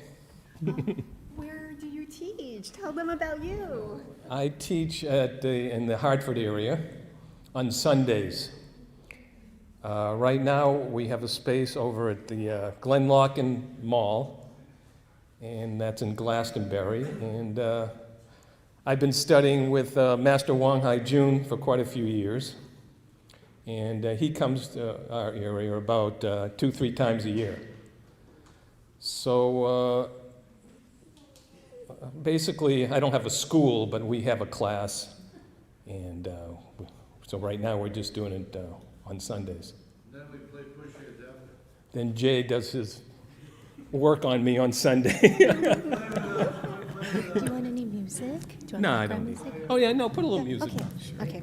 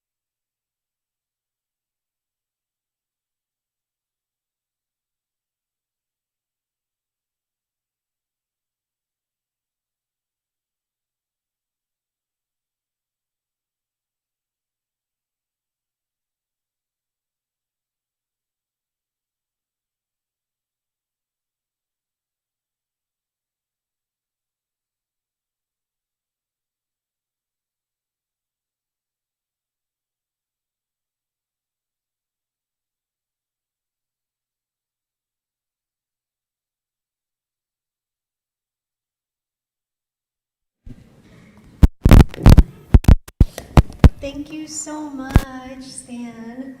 Stan Baker. And you have watched three different Pen style Tai Chi demonstrations, two in the morning program, one now, and you've seen different Yang style demonstrations, you saw Wu style, and you really can see just how diverse Tai Chi is. It's not just one thing, it's many, many, many things. And so thank you everyone for sharing your presentations and what you do. Now we are going to have our school demonstrations, and finally we get to give some representation to Qigong. We will do a group Baduanjing demonstration of Baduanjing, which is the most popular Qigong practice around the world. This is a shortened version. We teach the health Qigong system in our school, so we'll be showing a short version of Baduanjing. And then really thought about whether I want not. I really am not prepared for it. To plan this event and move the logistics inside and all of that, I've been basically just sleeping 3 hours a night.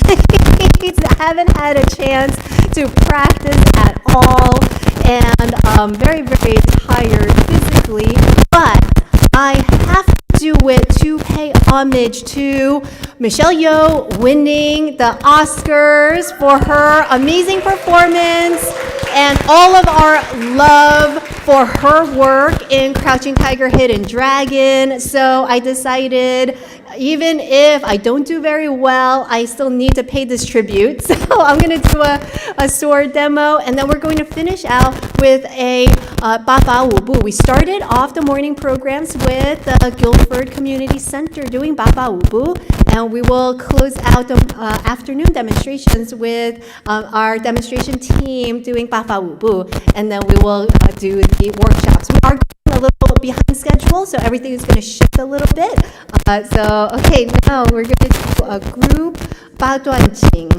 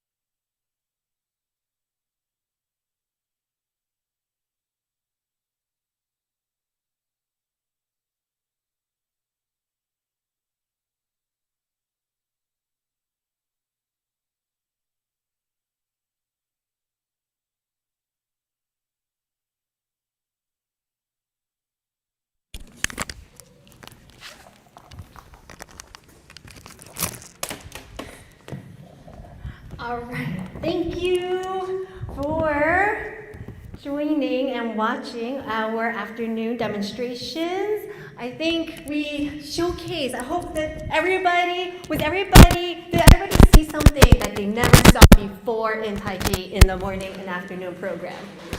Yeah.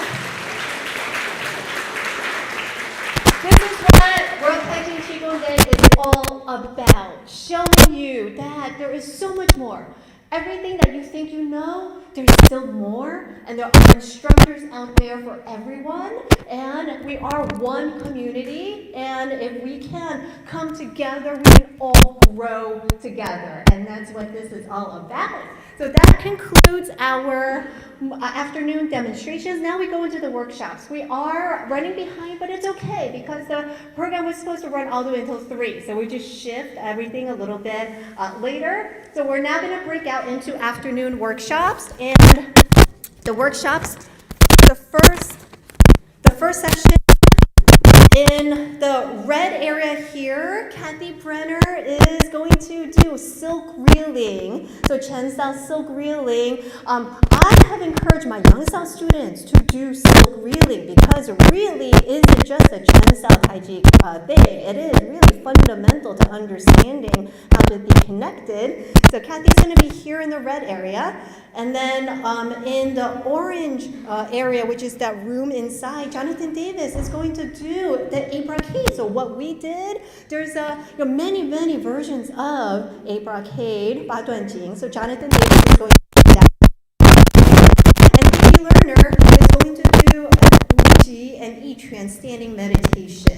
And that's going to be over in the yellow area. Actually, I might switch that around. That might need to be quiet, so I can close the doors in there. Is that okay? Higgy, I'm going to move you into orange there so you can close the door.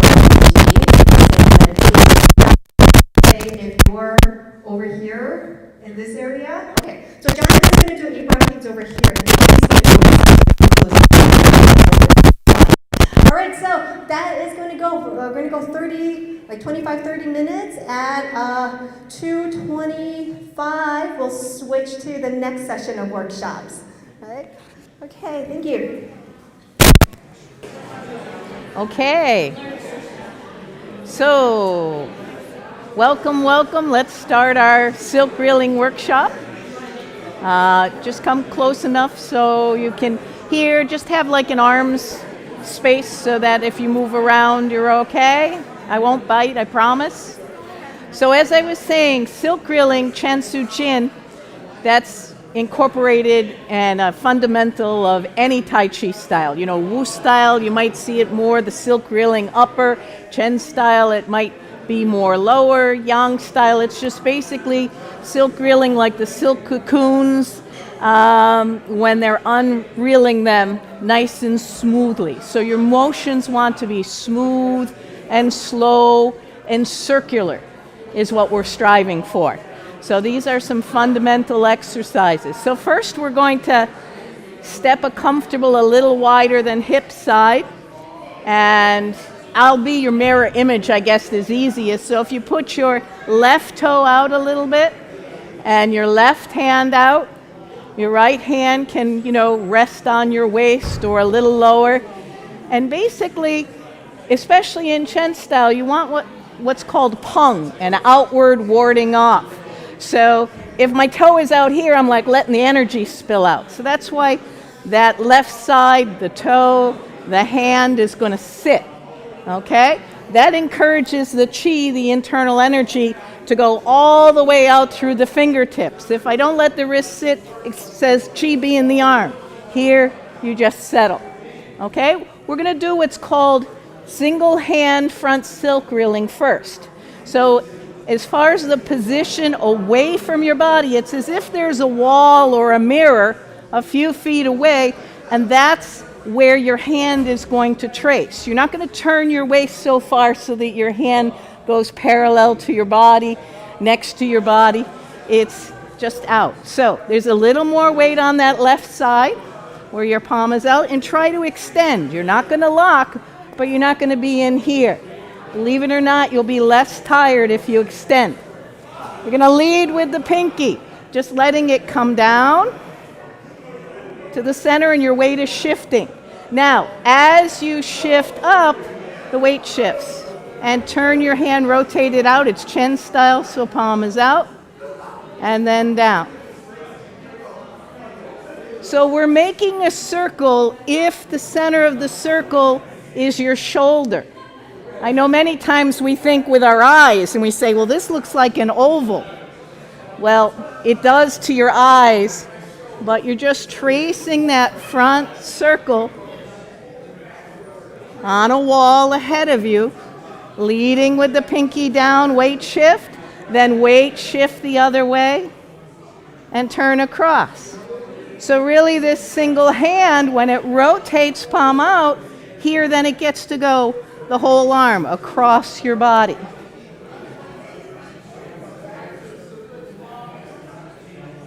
Good. One more.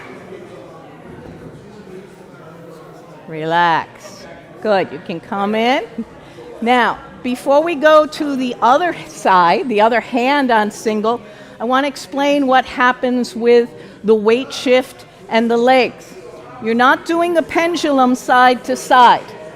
What you're doing is an infinity symbol, like a sideways 8.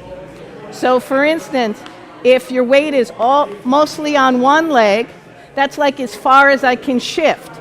Now you're going to turn your hip back, and then you're going to settle through to the other side. And then it's like turning a doorknob and go through, and turning a doorknob and go through. Your feet are going to be flat. You're going to feel that weight not only shifting side to side, but settling back. Then I turn, settling back. And when I come back, it's almost as if I'm on a swing, and you just let that swing come back. The goal over time, or if you've been doing this a while, is to keep every plane level, parallel. So you're not going to think, oh, head, shoulders, knees. Whatever place you can best connect with. Maybe it's your shoulders.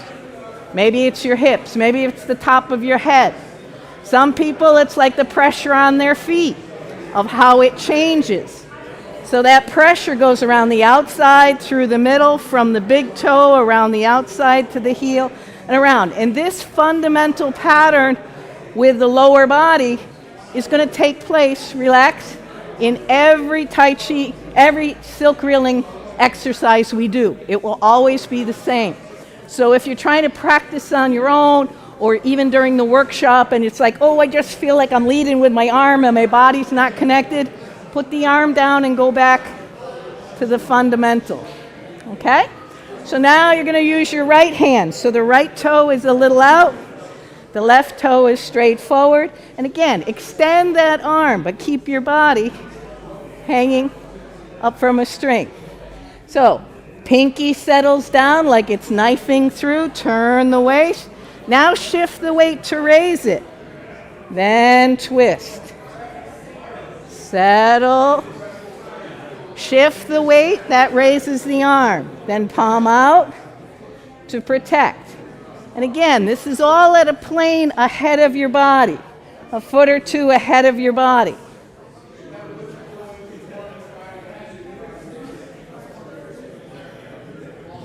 Good. And again, in Chen style, when we do like this motion, you're probably seeing wave hands like clouds with two arms. Chen style, we do it with palm out. Yang style, it's done with palm in. One more. Good. Okay, relax. So far so good? All right, let's add two hands.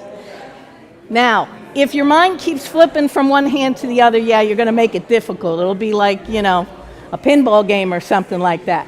So I just want you to think with two hands, keep comfortably apart, and it's kind of like both toes, sets of toes are facing forward. The low hand is an inch or two below the navel. The upper hand, you're weighted more there. All right? Now, Just set that and then turn. So you have a low hand and an upper hand, and they're both out in front of your body. And your elbow, your upper elbow is dropped lower than your wrist. That keeps your shoulders comfortable. And it keeps, again, in Mandarin we call it peng. You can think of it as an outward warding off force, like you're protecting your sphere around you. And the driver is the lower hips and the waist. That's kind of like what's moving the power of the arms. I tell my students often it's like your body is the kid running, holding onto the string, which is your arms, and your hands are the kite. The driver's the kid who's running. Okay, the kite is the last thing to follow. So here in this silk reeling, your lower waist turns first, and that's what brings your arm around. And lastly, your hand. One more each side. Good. Relax. So, those are 3 front silk reeling exercises. The single hand, the thing to remember, whatever hand is out, that toe's out a little bit, and the arm is in line with the leg, and you sit the wrist. Don't be collapsed. You might say, I'm tired today, I'm going to be collapsed. Well, actually, that's going to be more energy because the gravity is going to be pulling down on your elbows. If you extend, which is different than locking, if you extend, it's like now your back gets involved. It's like you have that arch. You know, some of us call it the 3 bows. The bows of the leg, the bow of the spine, and the bow of the arms. If you collapse, you've really disconnected at the shoulder versus, oh, now my body is connected. So we did single hand each side. We did 2 hands in the front. Now we're going to learn a side silk reeling pattern. Okay? Again, I'll be your mirror image. So you're going to take your left toe and put it out and put the 2 palms pushing out a little bit, as if you're encircling a ball. You're not spread out this way, but, oh, there's a little roundness here. Then step the other leg and step out to where you're comfortable, on a diagonal with your toes. Good. So have your weight in the back leg. If you're not there, put your weight in the back leg. Now we're going to turn a little bit to the back, and then let the hands go lower, and then they go to the front. So this is side silk reeling. It's as if my fingertips are tracing along a wall that's to the side of me.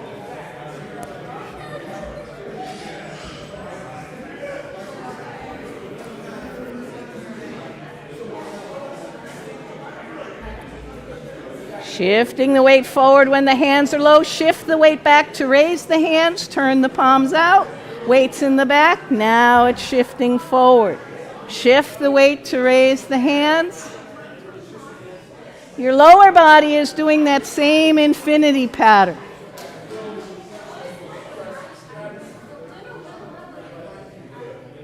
One more.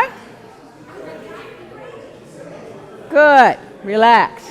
So from a martial standpoint, you know, this going back 2 hands is what we call a loose. Somebody came and, you know, tried to punch, or they're putting their body there, and instead of me standing there and taking it, I just deflect them out of the way.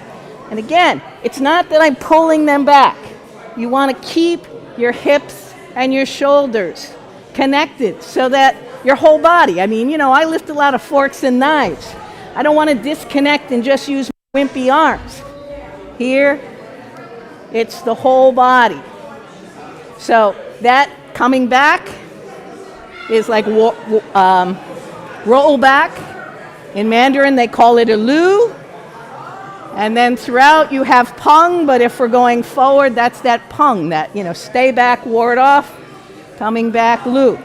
We're going to do the other side now. Does anybody have any questions so far? You know, everybody looks like you're doing great. Yes, it's a bow stance. So it's as if you were trying to stretch a leg. One toe would be forward, the other toe would kind of be at a diagonal. And you have space, like say there'd be a ball that could roll between your feet. You don't want to be narrow here. Tai Chi, the bow stance, that's usually the stance where, you can twist and turn and keep your balance the most. Empty stance, bow stance, infrequently horse stance, double weighted. So yes, it is going into a bow stance. So let's go to the other side. A bow stance, let your elbows relax. Your palms are out, not spread too wide, because this is, if I can demonstrate, wrist and elbow. That's why I have this nice round palm, okay? Warding off energy, sorry, I go Mandarin a lot. Come back. And by the way, my background, I've been doing Chen style with Wang Haijun and Chen Zhenlei for, I guess, about 25 years. That's the main style, but I also teach Yang style, Sun style. I live in Wallingford. I have an outdoor class in New Haven, Hamden.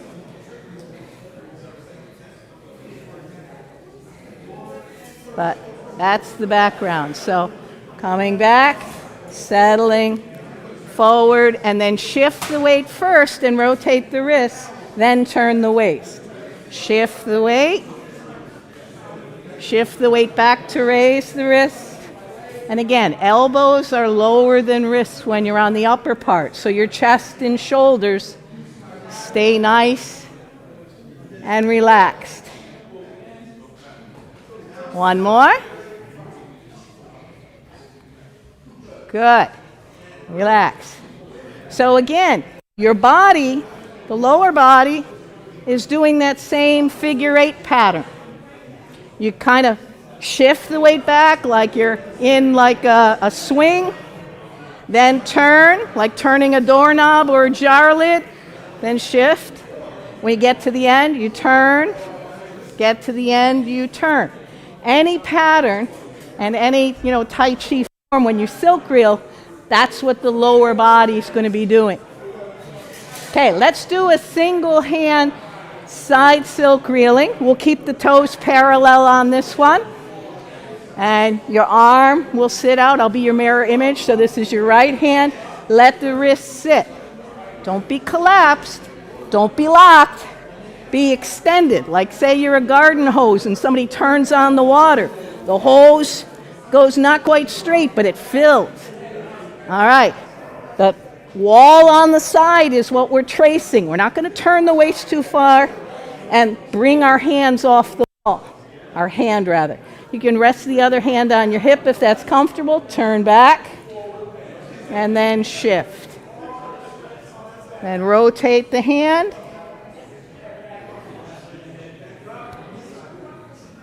Rotate the hand. Let the pinky drop down first.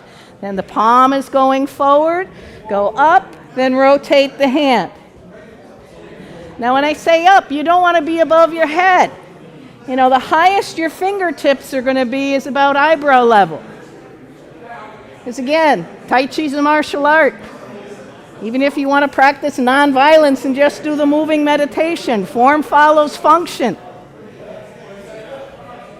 So you're protecting your body. One more. Good. Before we do the other side, I just want to explain. Again, there's the roll back or the loo on this part. Somebody's trying to punch. Ooh, I got him, out of the way. Then there's the forward ward off, the pung and loo. But you're trying to make it circular. It will look like your impression will be, it's not a circle, it's a squashed oval. That's because of your eyes. The circle, the center of the circle is that shoulder. And so then you see, oh, it is a circle. Okay, so I just want to get that mental understanding. Let's change to the other foot. So there's more weight on where the upper hand is, a little more weight. Turn, and then shift the weight. Shift the weight to raise the arm. Turn, Shift the weight as the arm comes forward. Again, trace along a wall that's parallel to your side. So that arm, there's space in your armpit, like the size of a fist or an orange. You're not collapsing. And you're not bringing your hand in front of your chest at all. This isn't a block.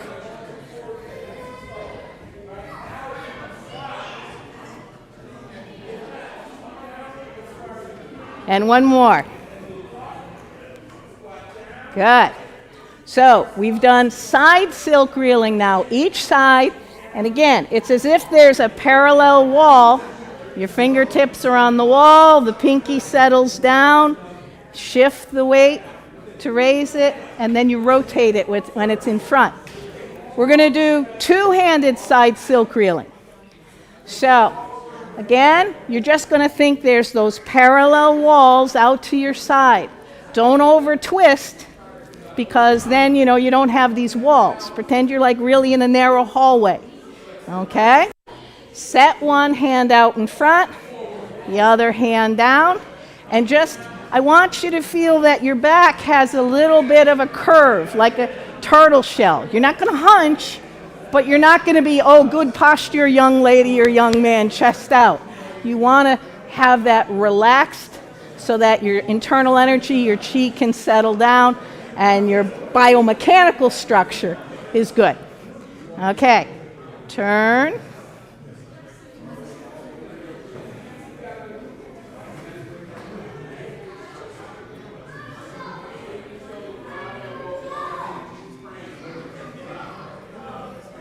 So again, about eyebrow height, and the lower hand is about hip height at its lowest.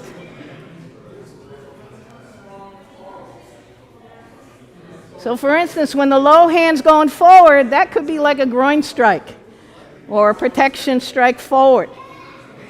The upper hand, when it comes back, is like a rollback. You're deflecting somebody who's coming in at the side. And your lower body's doing that same infinity symbol of all the exercises.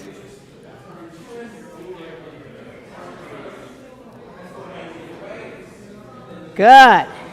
Relax. Want another one? Okay. So this one's going to be on the side. We'll do single hand. And instead of going forward and back,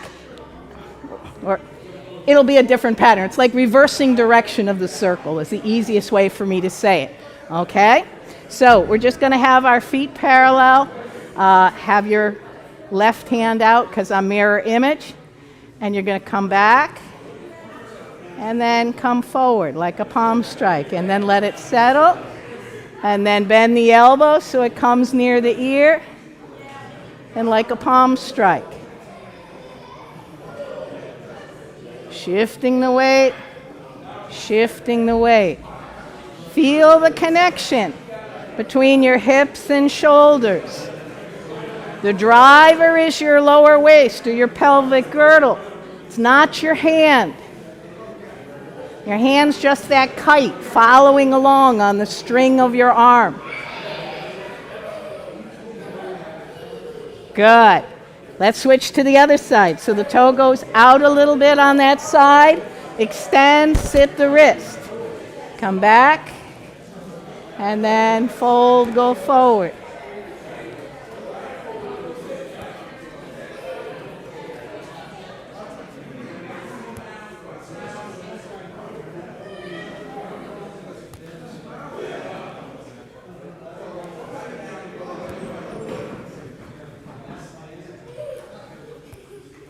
One more. Good. Shall we try both arms? We're good. Ah. Hey, it's almost like reverse reeling forearms if I was stepping backwards.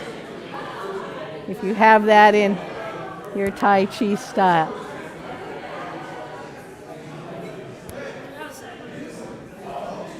Mind-body exercise. Really good, isn't it? Again, just think you have two side walls. And the hand from behind comes in near the ear so that, you have a stronger strike in ahead. Like I tell my students, like somebody said something rude. Yep. Like, what'd you say? Oh, it wasn't nice. Make them pay. But I'm really a nonviolent person, thanks to Tai Chi. That's my getting rid of the stress. One more each side. Good. Relax. So review. Single hand in front, either side, same side toe goes out. You can set and do double hand in front. You can do single hand moving back on one side, the other side, set them both, move back. Our last one was single hand going forward. It could be one hand only, or you can test yourself. But again, if you do Tai Chi, where does that come in, from that? Where does the forward one come in? Stepping forward to both sides. So thank you very much for your attention. I hope you enjoyed it. I have some business cards out on the table, or I've got some in my pocket here. Again, my closest open to the public class is in Edgerton Park on Saturdays, 11:30 to 12:30. And you can use my phone number. There's probably an email address on the card, but I don't get to email hardly at all. If you want to contact me, old school, just pick up the phone. So thank you very much. Okay. Kathy Brenner. Thank you, Higgy Lerner. Thank you, Jonathan Davis, for your programs. So before we move into the next program, I just want to mention that it always goes this way, where everybody wants to do movements, but anyone who has deep knowledge and understanding of Tai Chi knows that it's the standing practice that is the key to Tai Chi. So next time you see Yi Quan or standing meditation practice, go and try that workshop to understand the power of the standing practice to develop your power. Okay, now we will move on to the next series of afternoon workshops. Here in the red area, there's actually a change to the schedule. It's going to be some Tai Chi Sword workshop. Sifu Bob Shannon is going to teach some swords. So we've got some swords here that you can play with. And then we will have Sun style Tai Chi is going to be, and it's elevations Sun style Tai Chi that Jonathan is going to teach. And he will be, we're actually just going to switch you over here. Do you want to be in there? Yeah, so Jonathan's going to be in there for his Sun style Tai Chi. And then Dr. Jeffrey Zimmerman and Jay Van Schelt will be doing some energy healing work over here in the yellow space. All right, so we will start that program now. Sword, energy healing, Sun style Tai Chi inside the office, and then partner play continues over there.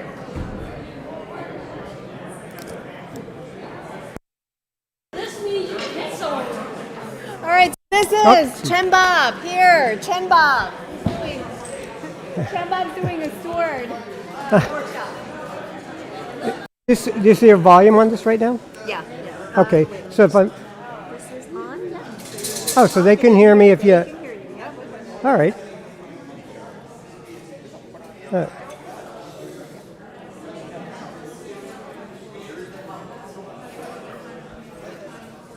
All right.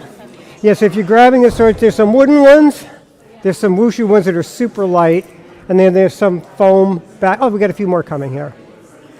If anyone wants another wooden one, grab it from over here.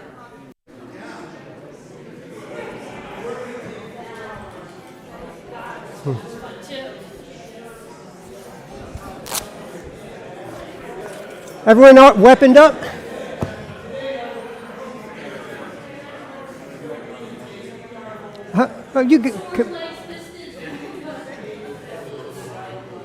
Okay, so we're going to just begin the Tai Chi Sword workshop. It's very, very, very basic.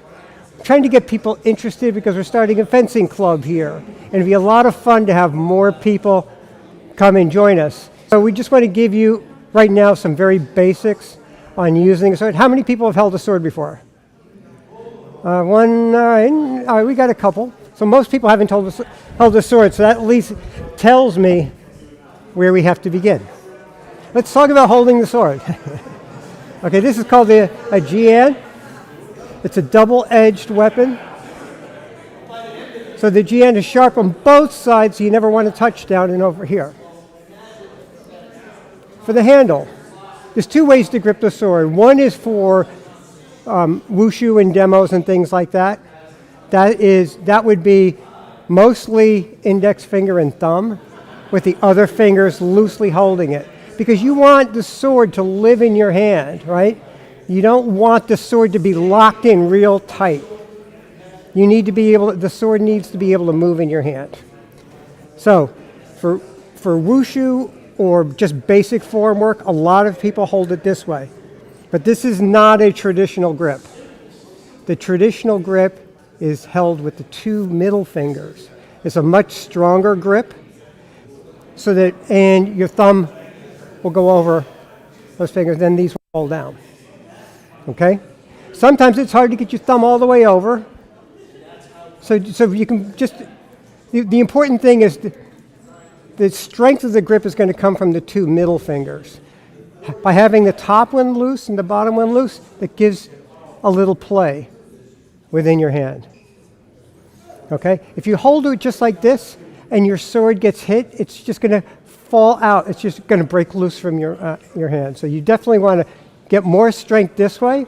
But if you're doing a demonstration, a regular form, and you're not looking at contact, this is okay like this. But that would be the index finger, okay? All right, let's talk about the sword. So let's get into, I'm going to teach you about ready position. So ready position is just put one foot back on a 45 and the other one forward. Front foot is toe. If you notice my heel is not down, my heel is up a little bit. Okay, that gives me a little spring forward and back. My sword is in front of me, starting from my straight out to this will be about nose height. Okay, so this is like a 45-degree angle. I'm protecting my front. Okay, a little further out, yes, and the tip down. Okay, this is the ready position. Okay? Your fingers, on the other hand, what is the other hand doing? These are called sword fingers. We're going to rest them on the wrist. We're not resting it there to balance chi or stretch tendons. We're putting it there to keep it behind the sword. You keep it behind the sword because the sword's your shield. You should never put any part of your body on the other side of your sword. All right? It's always got to be behind. This is a good way to keep your hand behind. Okay, everyone got that? So this is just called the ready position. Okay, in sword work, there's only certain basic cuts and basic deflections. So we're going to learn basic deflections first. So when I'm here, I'm going to coil down onto my back leg. My heel stays up over here. So when I do, I'm going to coil down. And as I do it, I'm going to turn my blade here. Okay, so you're turning, your hand will come to, it's just going to follow your center line. But we're turning the blade out. The reason we're turning it out is because we block with the flat side of the blade. So if I were to thrust it, kneel, it's going to, with the outside of the blade. So when we're doing the deflection, we're coming in here. We're not going big. We're not coming over here. If my opponent's over there, they're just going to turn around and hit me, right? I'm just going to come here.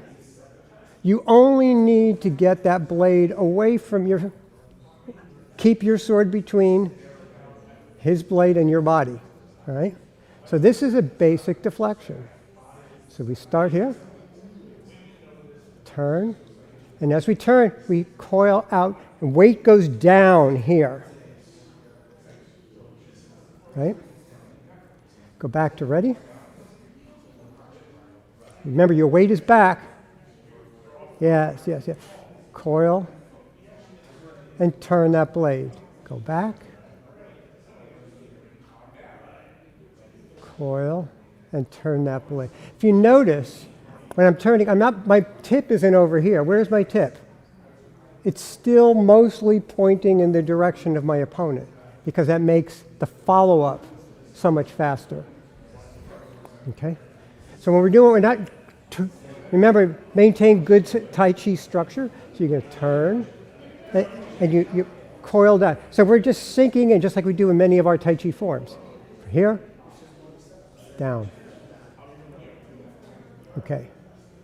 So that's the first deflection. We're not going to learn all of them today for obvious reasons. It's a one-year study. We got 20 minutes. So I'm going to just expose you to a few things. The second deflection. So how do we do it on the other side? Notice I'm asymmetric. I don't have a weapon on both sides. My feet are different. So how do we block on the other side? So we're here. We're going to block this way. Okay, remember, you're still coiling down onto that back leg. Okay? Where's my tip? Pointing at my opponent. That's not down here. It's here. This is over the top. So this might be, so if I'm coming here, just leave it, I'm going to be coming this way for the counter. All right? So I'm getting to the inside. Okay? So right now, we'll add the cut in a second here. This is just the deflection. Coil down, coil up. Coil down, and back. Coil down, and back. Okay. Any questions on this? Remember, we only have 20 minutes. All right. Now, when you see a sword fight, they're not just blocking, they're not just doing defense, they're striking too. And the thing you should always remember when you start using a sword like this is you don't really separate deflection and cuts. They're all one movement. There's only about 6 different deflections and 9 different cuts you need to know in order to be able to fence. The trick is manipulating your feet, having correct structure, making sure you control the cut all the way through. So here's cut number 1. It's called a su cut, C-I, su. It's a straight thrust. When we do this thrust, we're just going to, our weight will go forward today, and the blade will go horizontal. Okay? Back to center. Just, and back to center. For now, when you go forward, don't put your heel down.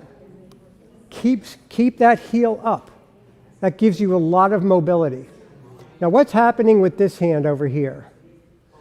I'm just keeping it back and away. This actually does help a little bit more with balance, but you're not going to go this, you're not going to do this where you overextend yourself. My hand is far enough away from my opponent so it's not going to get cut. Right? And it just gives you a nice balance, but I'm on my front toe, my heel is still up. Okay? All right. All good? All right. What do you think we're going to do next?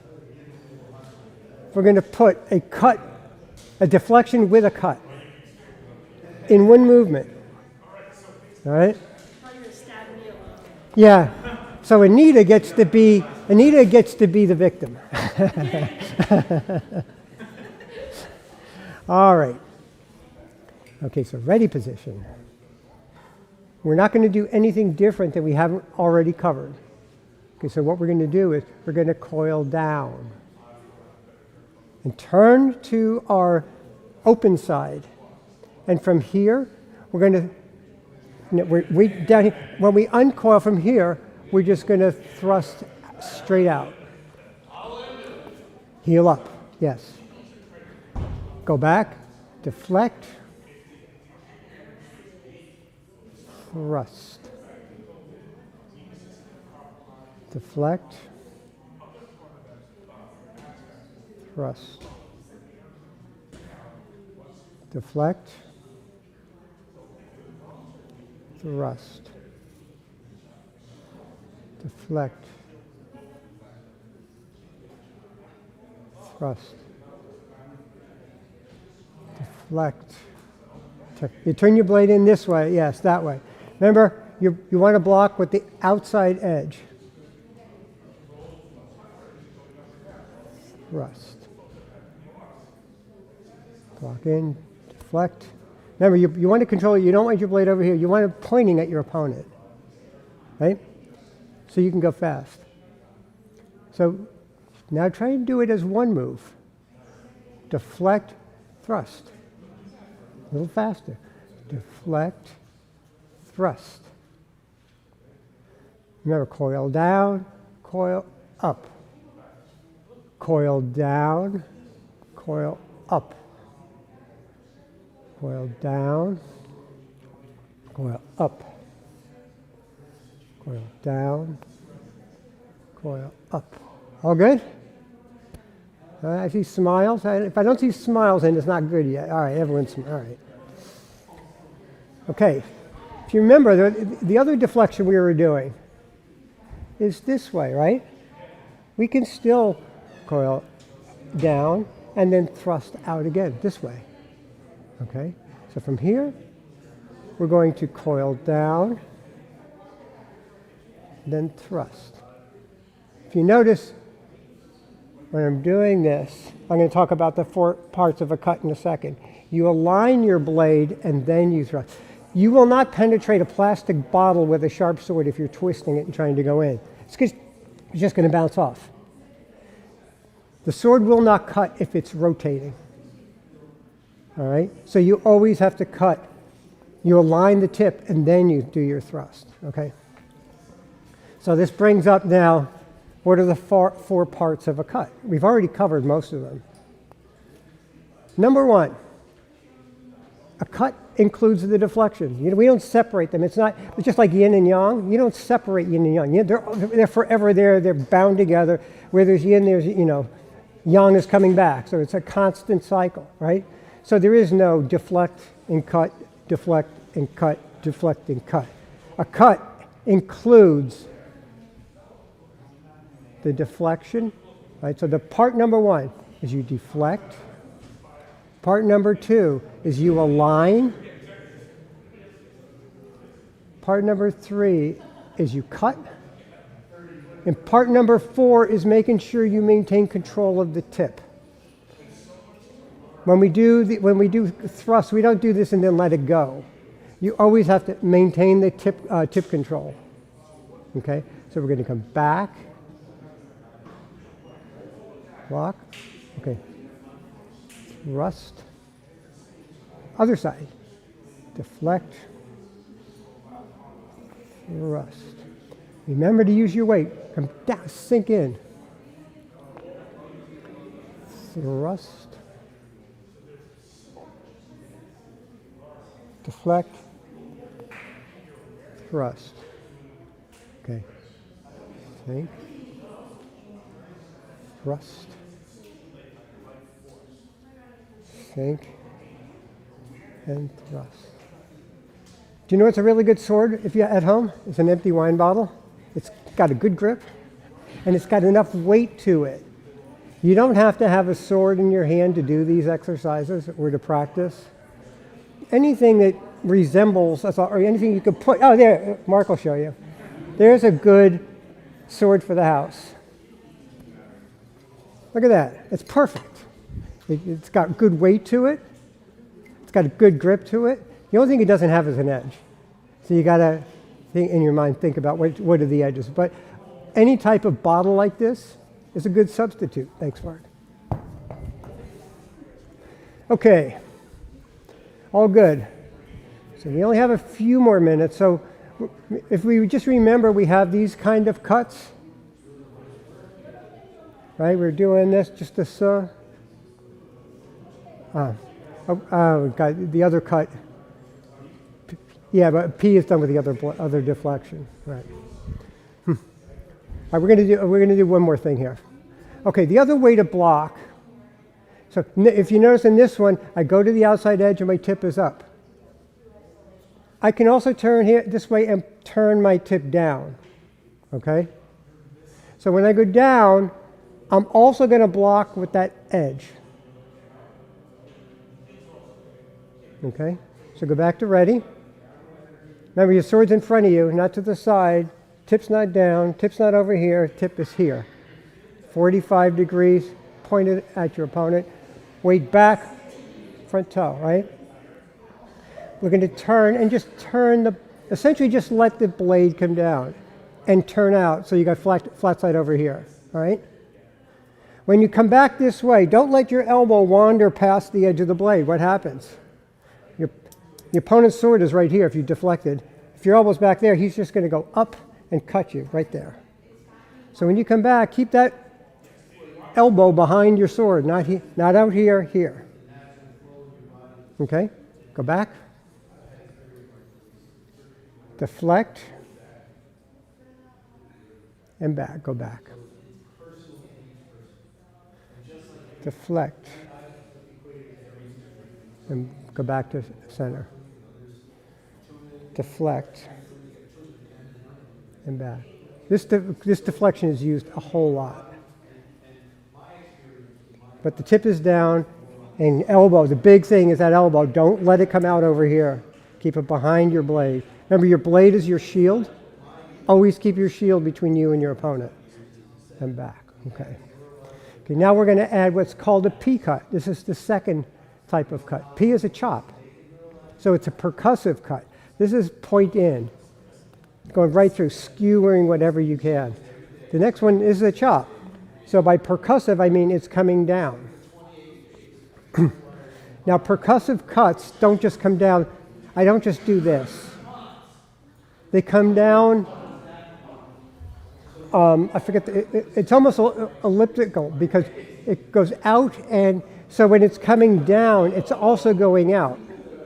So you get, it comes down and then it continues to slide forward. So if you get the person's shoulder, you're still cutting in to the muscle, right? So when we do our P cut, here I'm going to start this way. We're going to go to the block. If you notice, this is all set up to come back over the top, right? And P cut, right? Deflect, over the top, and P cut. Deflect, over the top, and P cut.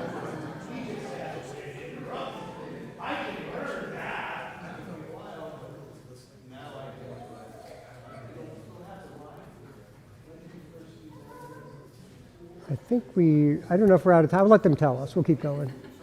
Right? Okay, now let's put the two together. And again, normally I would teach this a lot slower and we'd have a whole lot more repetition. But I'm just trying to get you exposed to this because we do want people interested.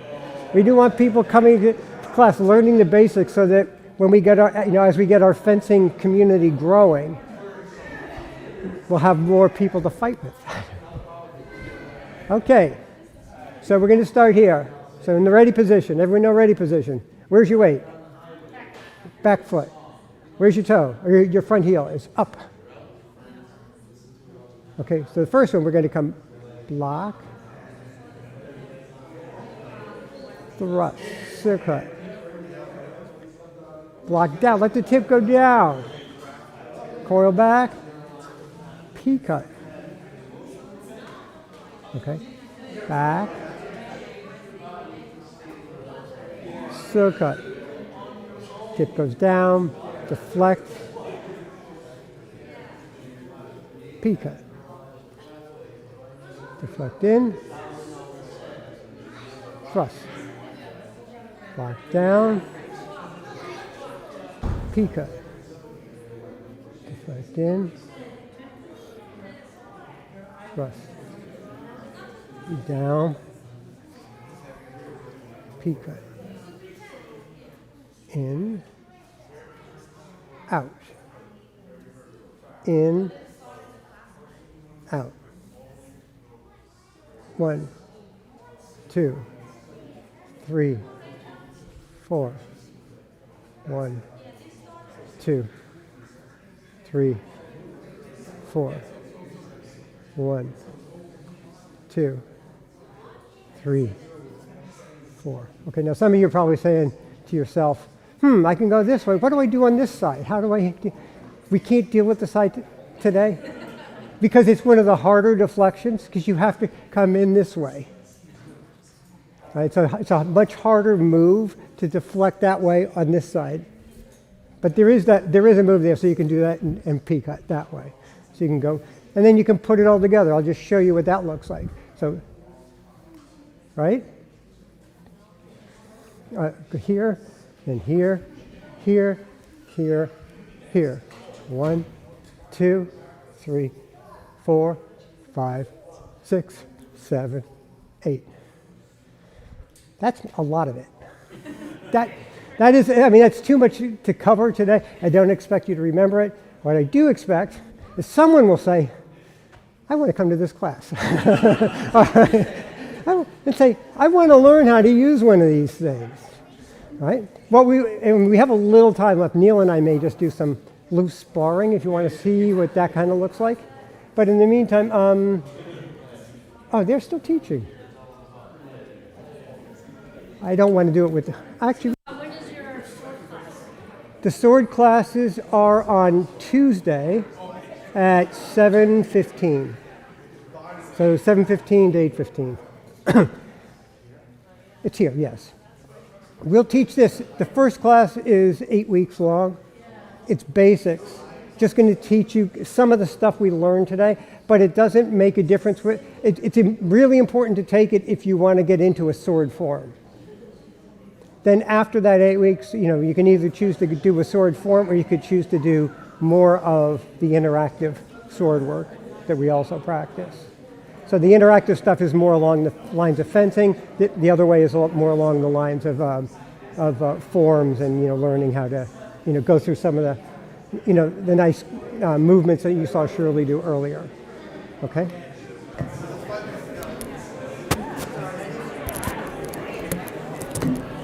All right, everyone. Thank you so much.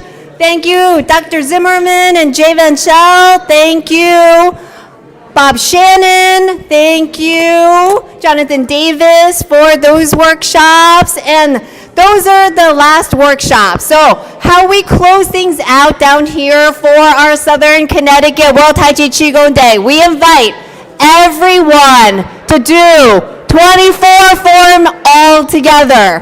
Whether you know it or don't know it, we're trying to get as many people together to do a group Tai Chi practice. This would have been so cool out in the park, but we will have fun doing it all together. So 24 form is just one that is practiced most around the world. So more people know it than anything else. So if you don't know it, just follow along. All right.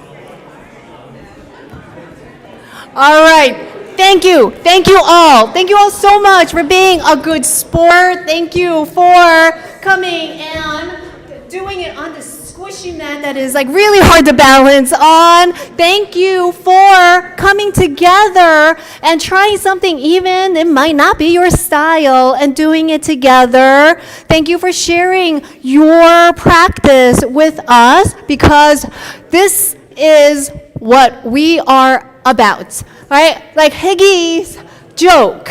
This is the thing that has been plaguing our Tai Chi community it's so true. You ask, how many Tai Chi teachers does it take to change a light bulb? 1 and then 99 to tell them that they're doing it wrong, right? That was Higgy's joke. This is what we're changing. We are not going to use the word wrong. We're going to use different and we're going to educate because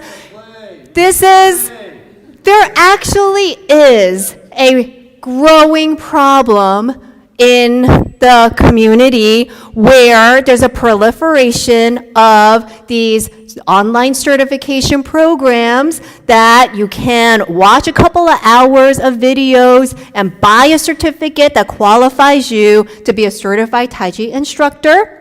And this is a problem because many of the organizations that the community of authentic Tai Chi instructors have been out teaching for all of these years now won't let you teach without a certification, which is not really a thing in our community. So you guys know Dr. Marty, who had started that Guilford Center. Well, he moved to Florida. YMCA won't let him teach because he doesn't have a certificate. I learned from Marty. He was Master Aiping's student assistant instructor when I started learning over 20 years ago. And so this is the problem, and by coming together and working together and not thinking one style is right, one lineage is right, another lineage is wrong. Let's come together to understand what are the reasons why we have movements that are different and are expressed differently so that more people can understand what is authentic and how to tell the difference of somebody who had real training versus someone who just watched a couple of hours of videos and now is teaching. So that's what we can do as a community. When we come together, when we grow, when we come together and work together, we can grow together. So let's do that. And I'm actually so happy that we have an opportunity to collaborate with the Colchester World Tai Chi Qigong Day this year. We've never been able to do this because we've had separate events, but this year, because Mother Nature didn't cooperate, I think Mother Nature actually knew better than us by raining us all out, Colchester being moved to May 20th, and now we can actually all participate in both. So May 20th, Saturday, go to Colchester. I hear you guys have a cookout that you guys do out there, that it's like fun and so we're getting together there. Party at my house today, party over in Colchester on May 20th. All right. Thank you all so much. And thank you, folks, watching. So we had about, at any given moment, about 50 people on Twitch watching, and also YouTube. We had about 30. I didn't really check the count ongoing, but every time I checked in, like 40 or 50 folks over on Twitch that were watching, and we don't have people with World Tai Chi Qigong Day events in their community. We're fortunate that we have multiple events happening in Connecticut. A lot of people don't have any. So this was an opportunity to share it with folks online. So thank you for joining. That concludes our program. And see you May 20th.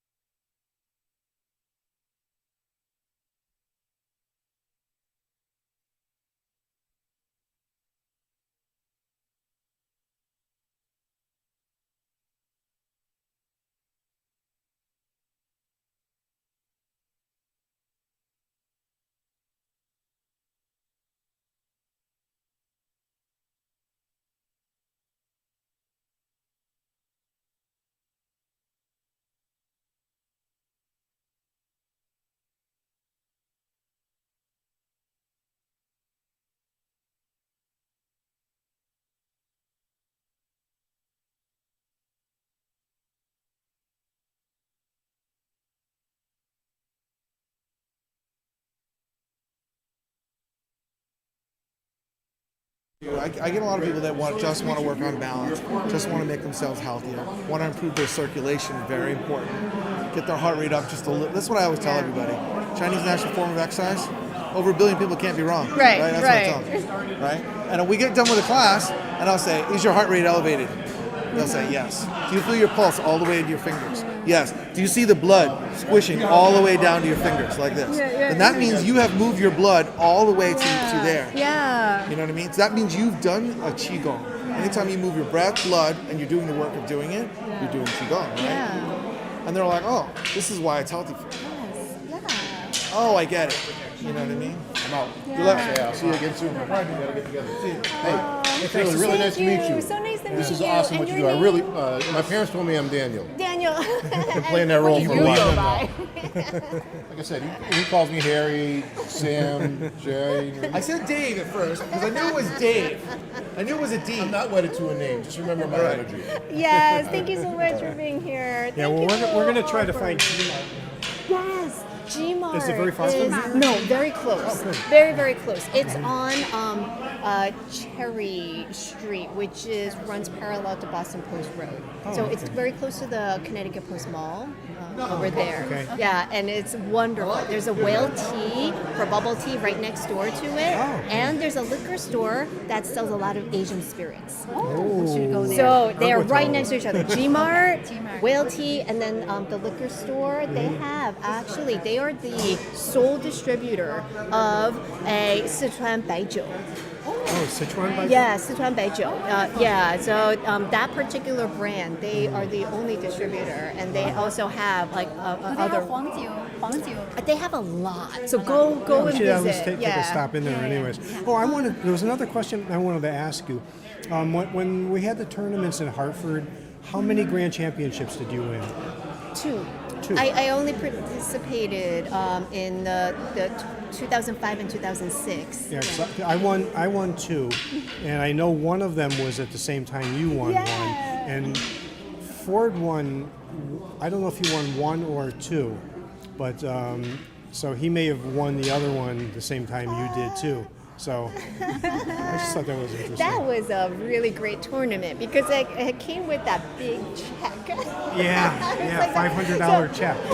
When I was a kid, like I grew up wanting the publisher clearinghouse check, like watching Ed McMahon going to each house with that big check, and being presented a big check. I'm gonna steal this for a second. Yeah. Oh, the lunch. Yes. Hey guys, this is Anita. I have 18 more lunch boxes. Does anyone want them for dinner? It cost me 18. If you have 20, sorry, I don't have change. So otherwise, it's 3 days of meals for me. Thanks, guys. They had some great guests too, like Ji Chun-hua and Yu Chun It was Hui, wonderful. which have both passed away since both of them. And I'm pretty sure both of them was from lung cancer because they were such heavy smokers. But Gordon Leo. Yeah. and Icon.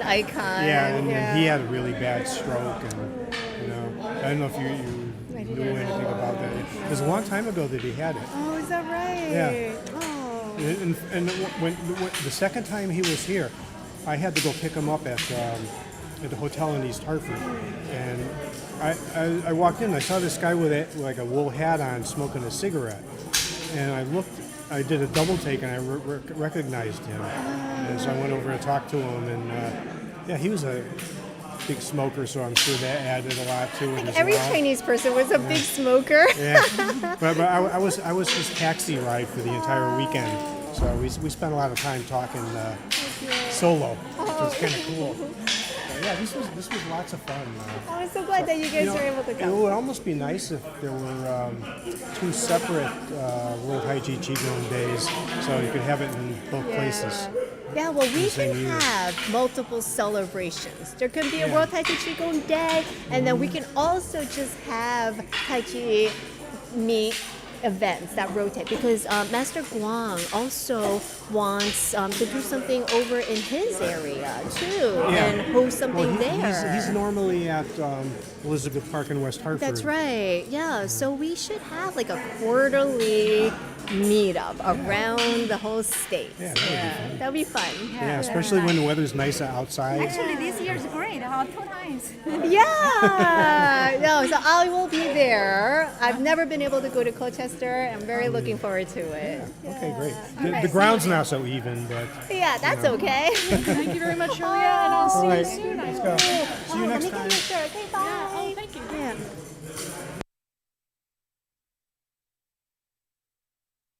A week off, and I'm going to try to come down there.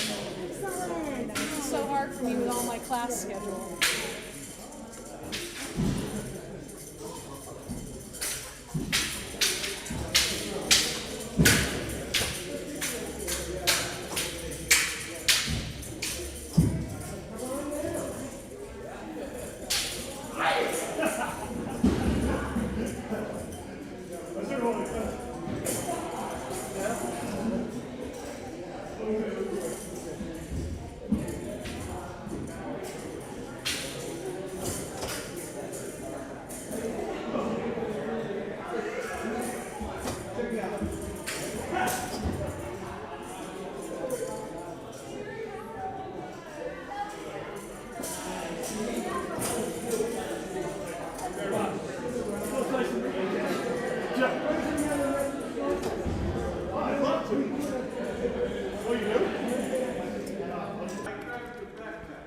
All right, everyone.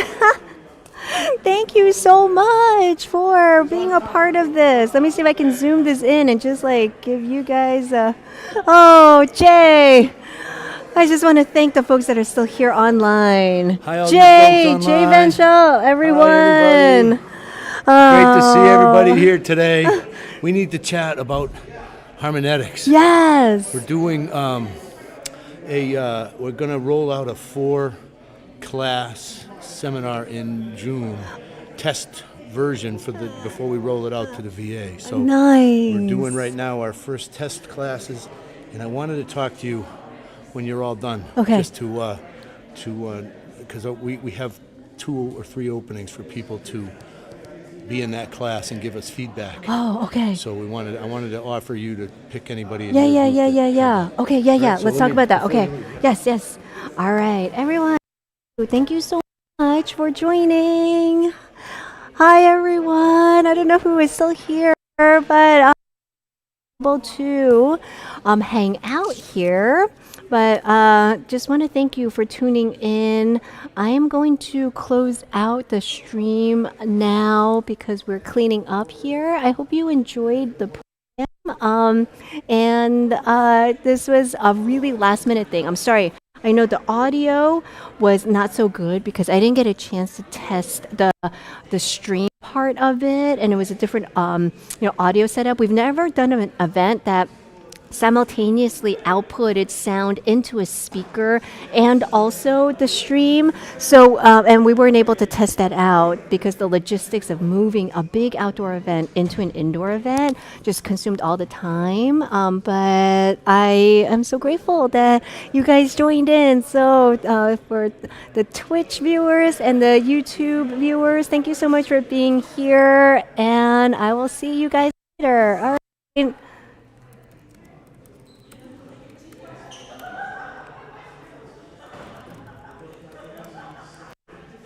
All right, let me.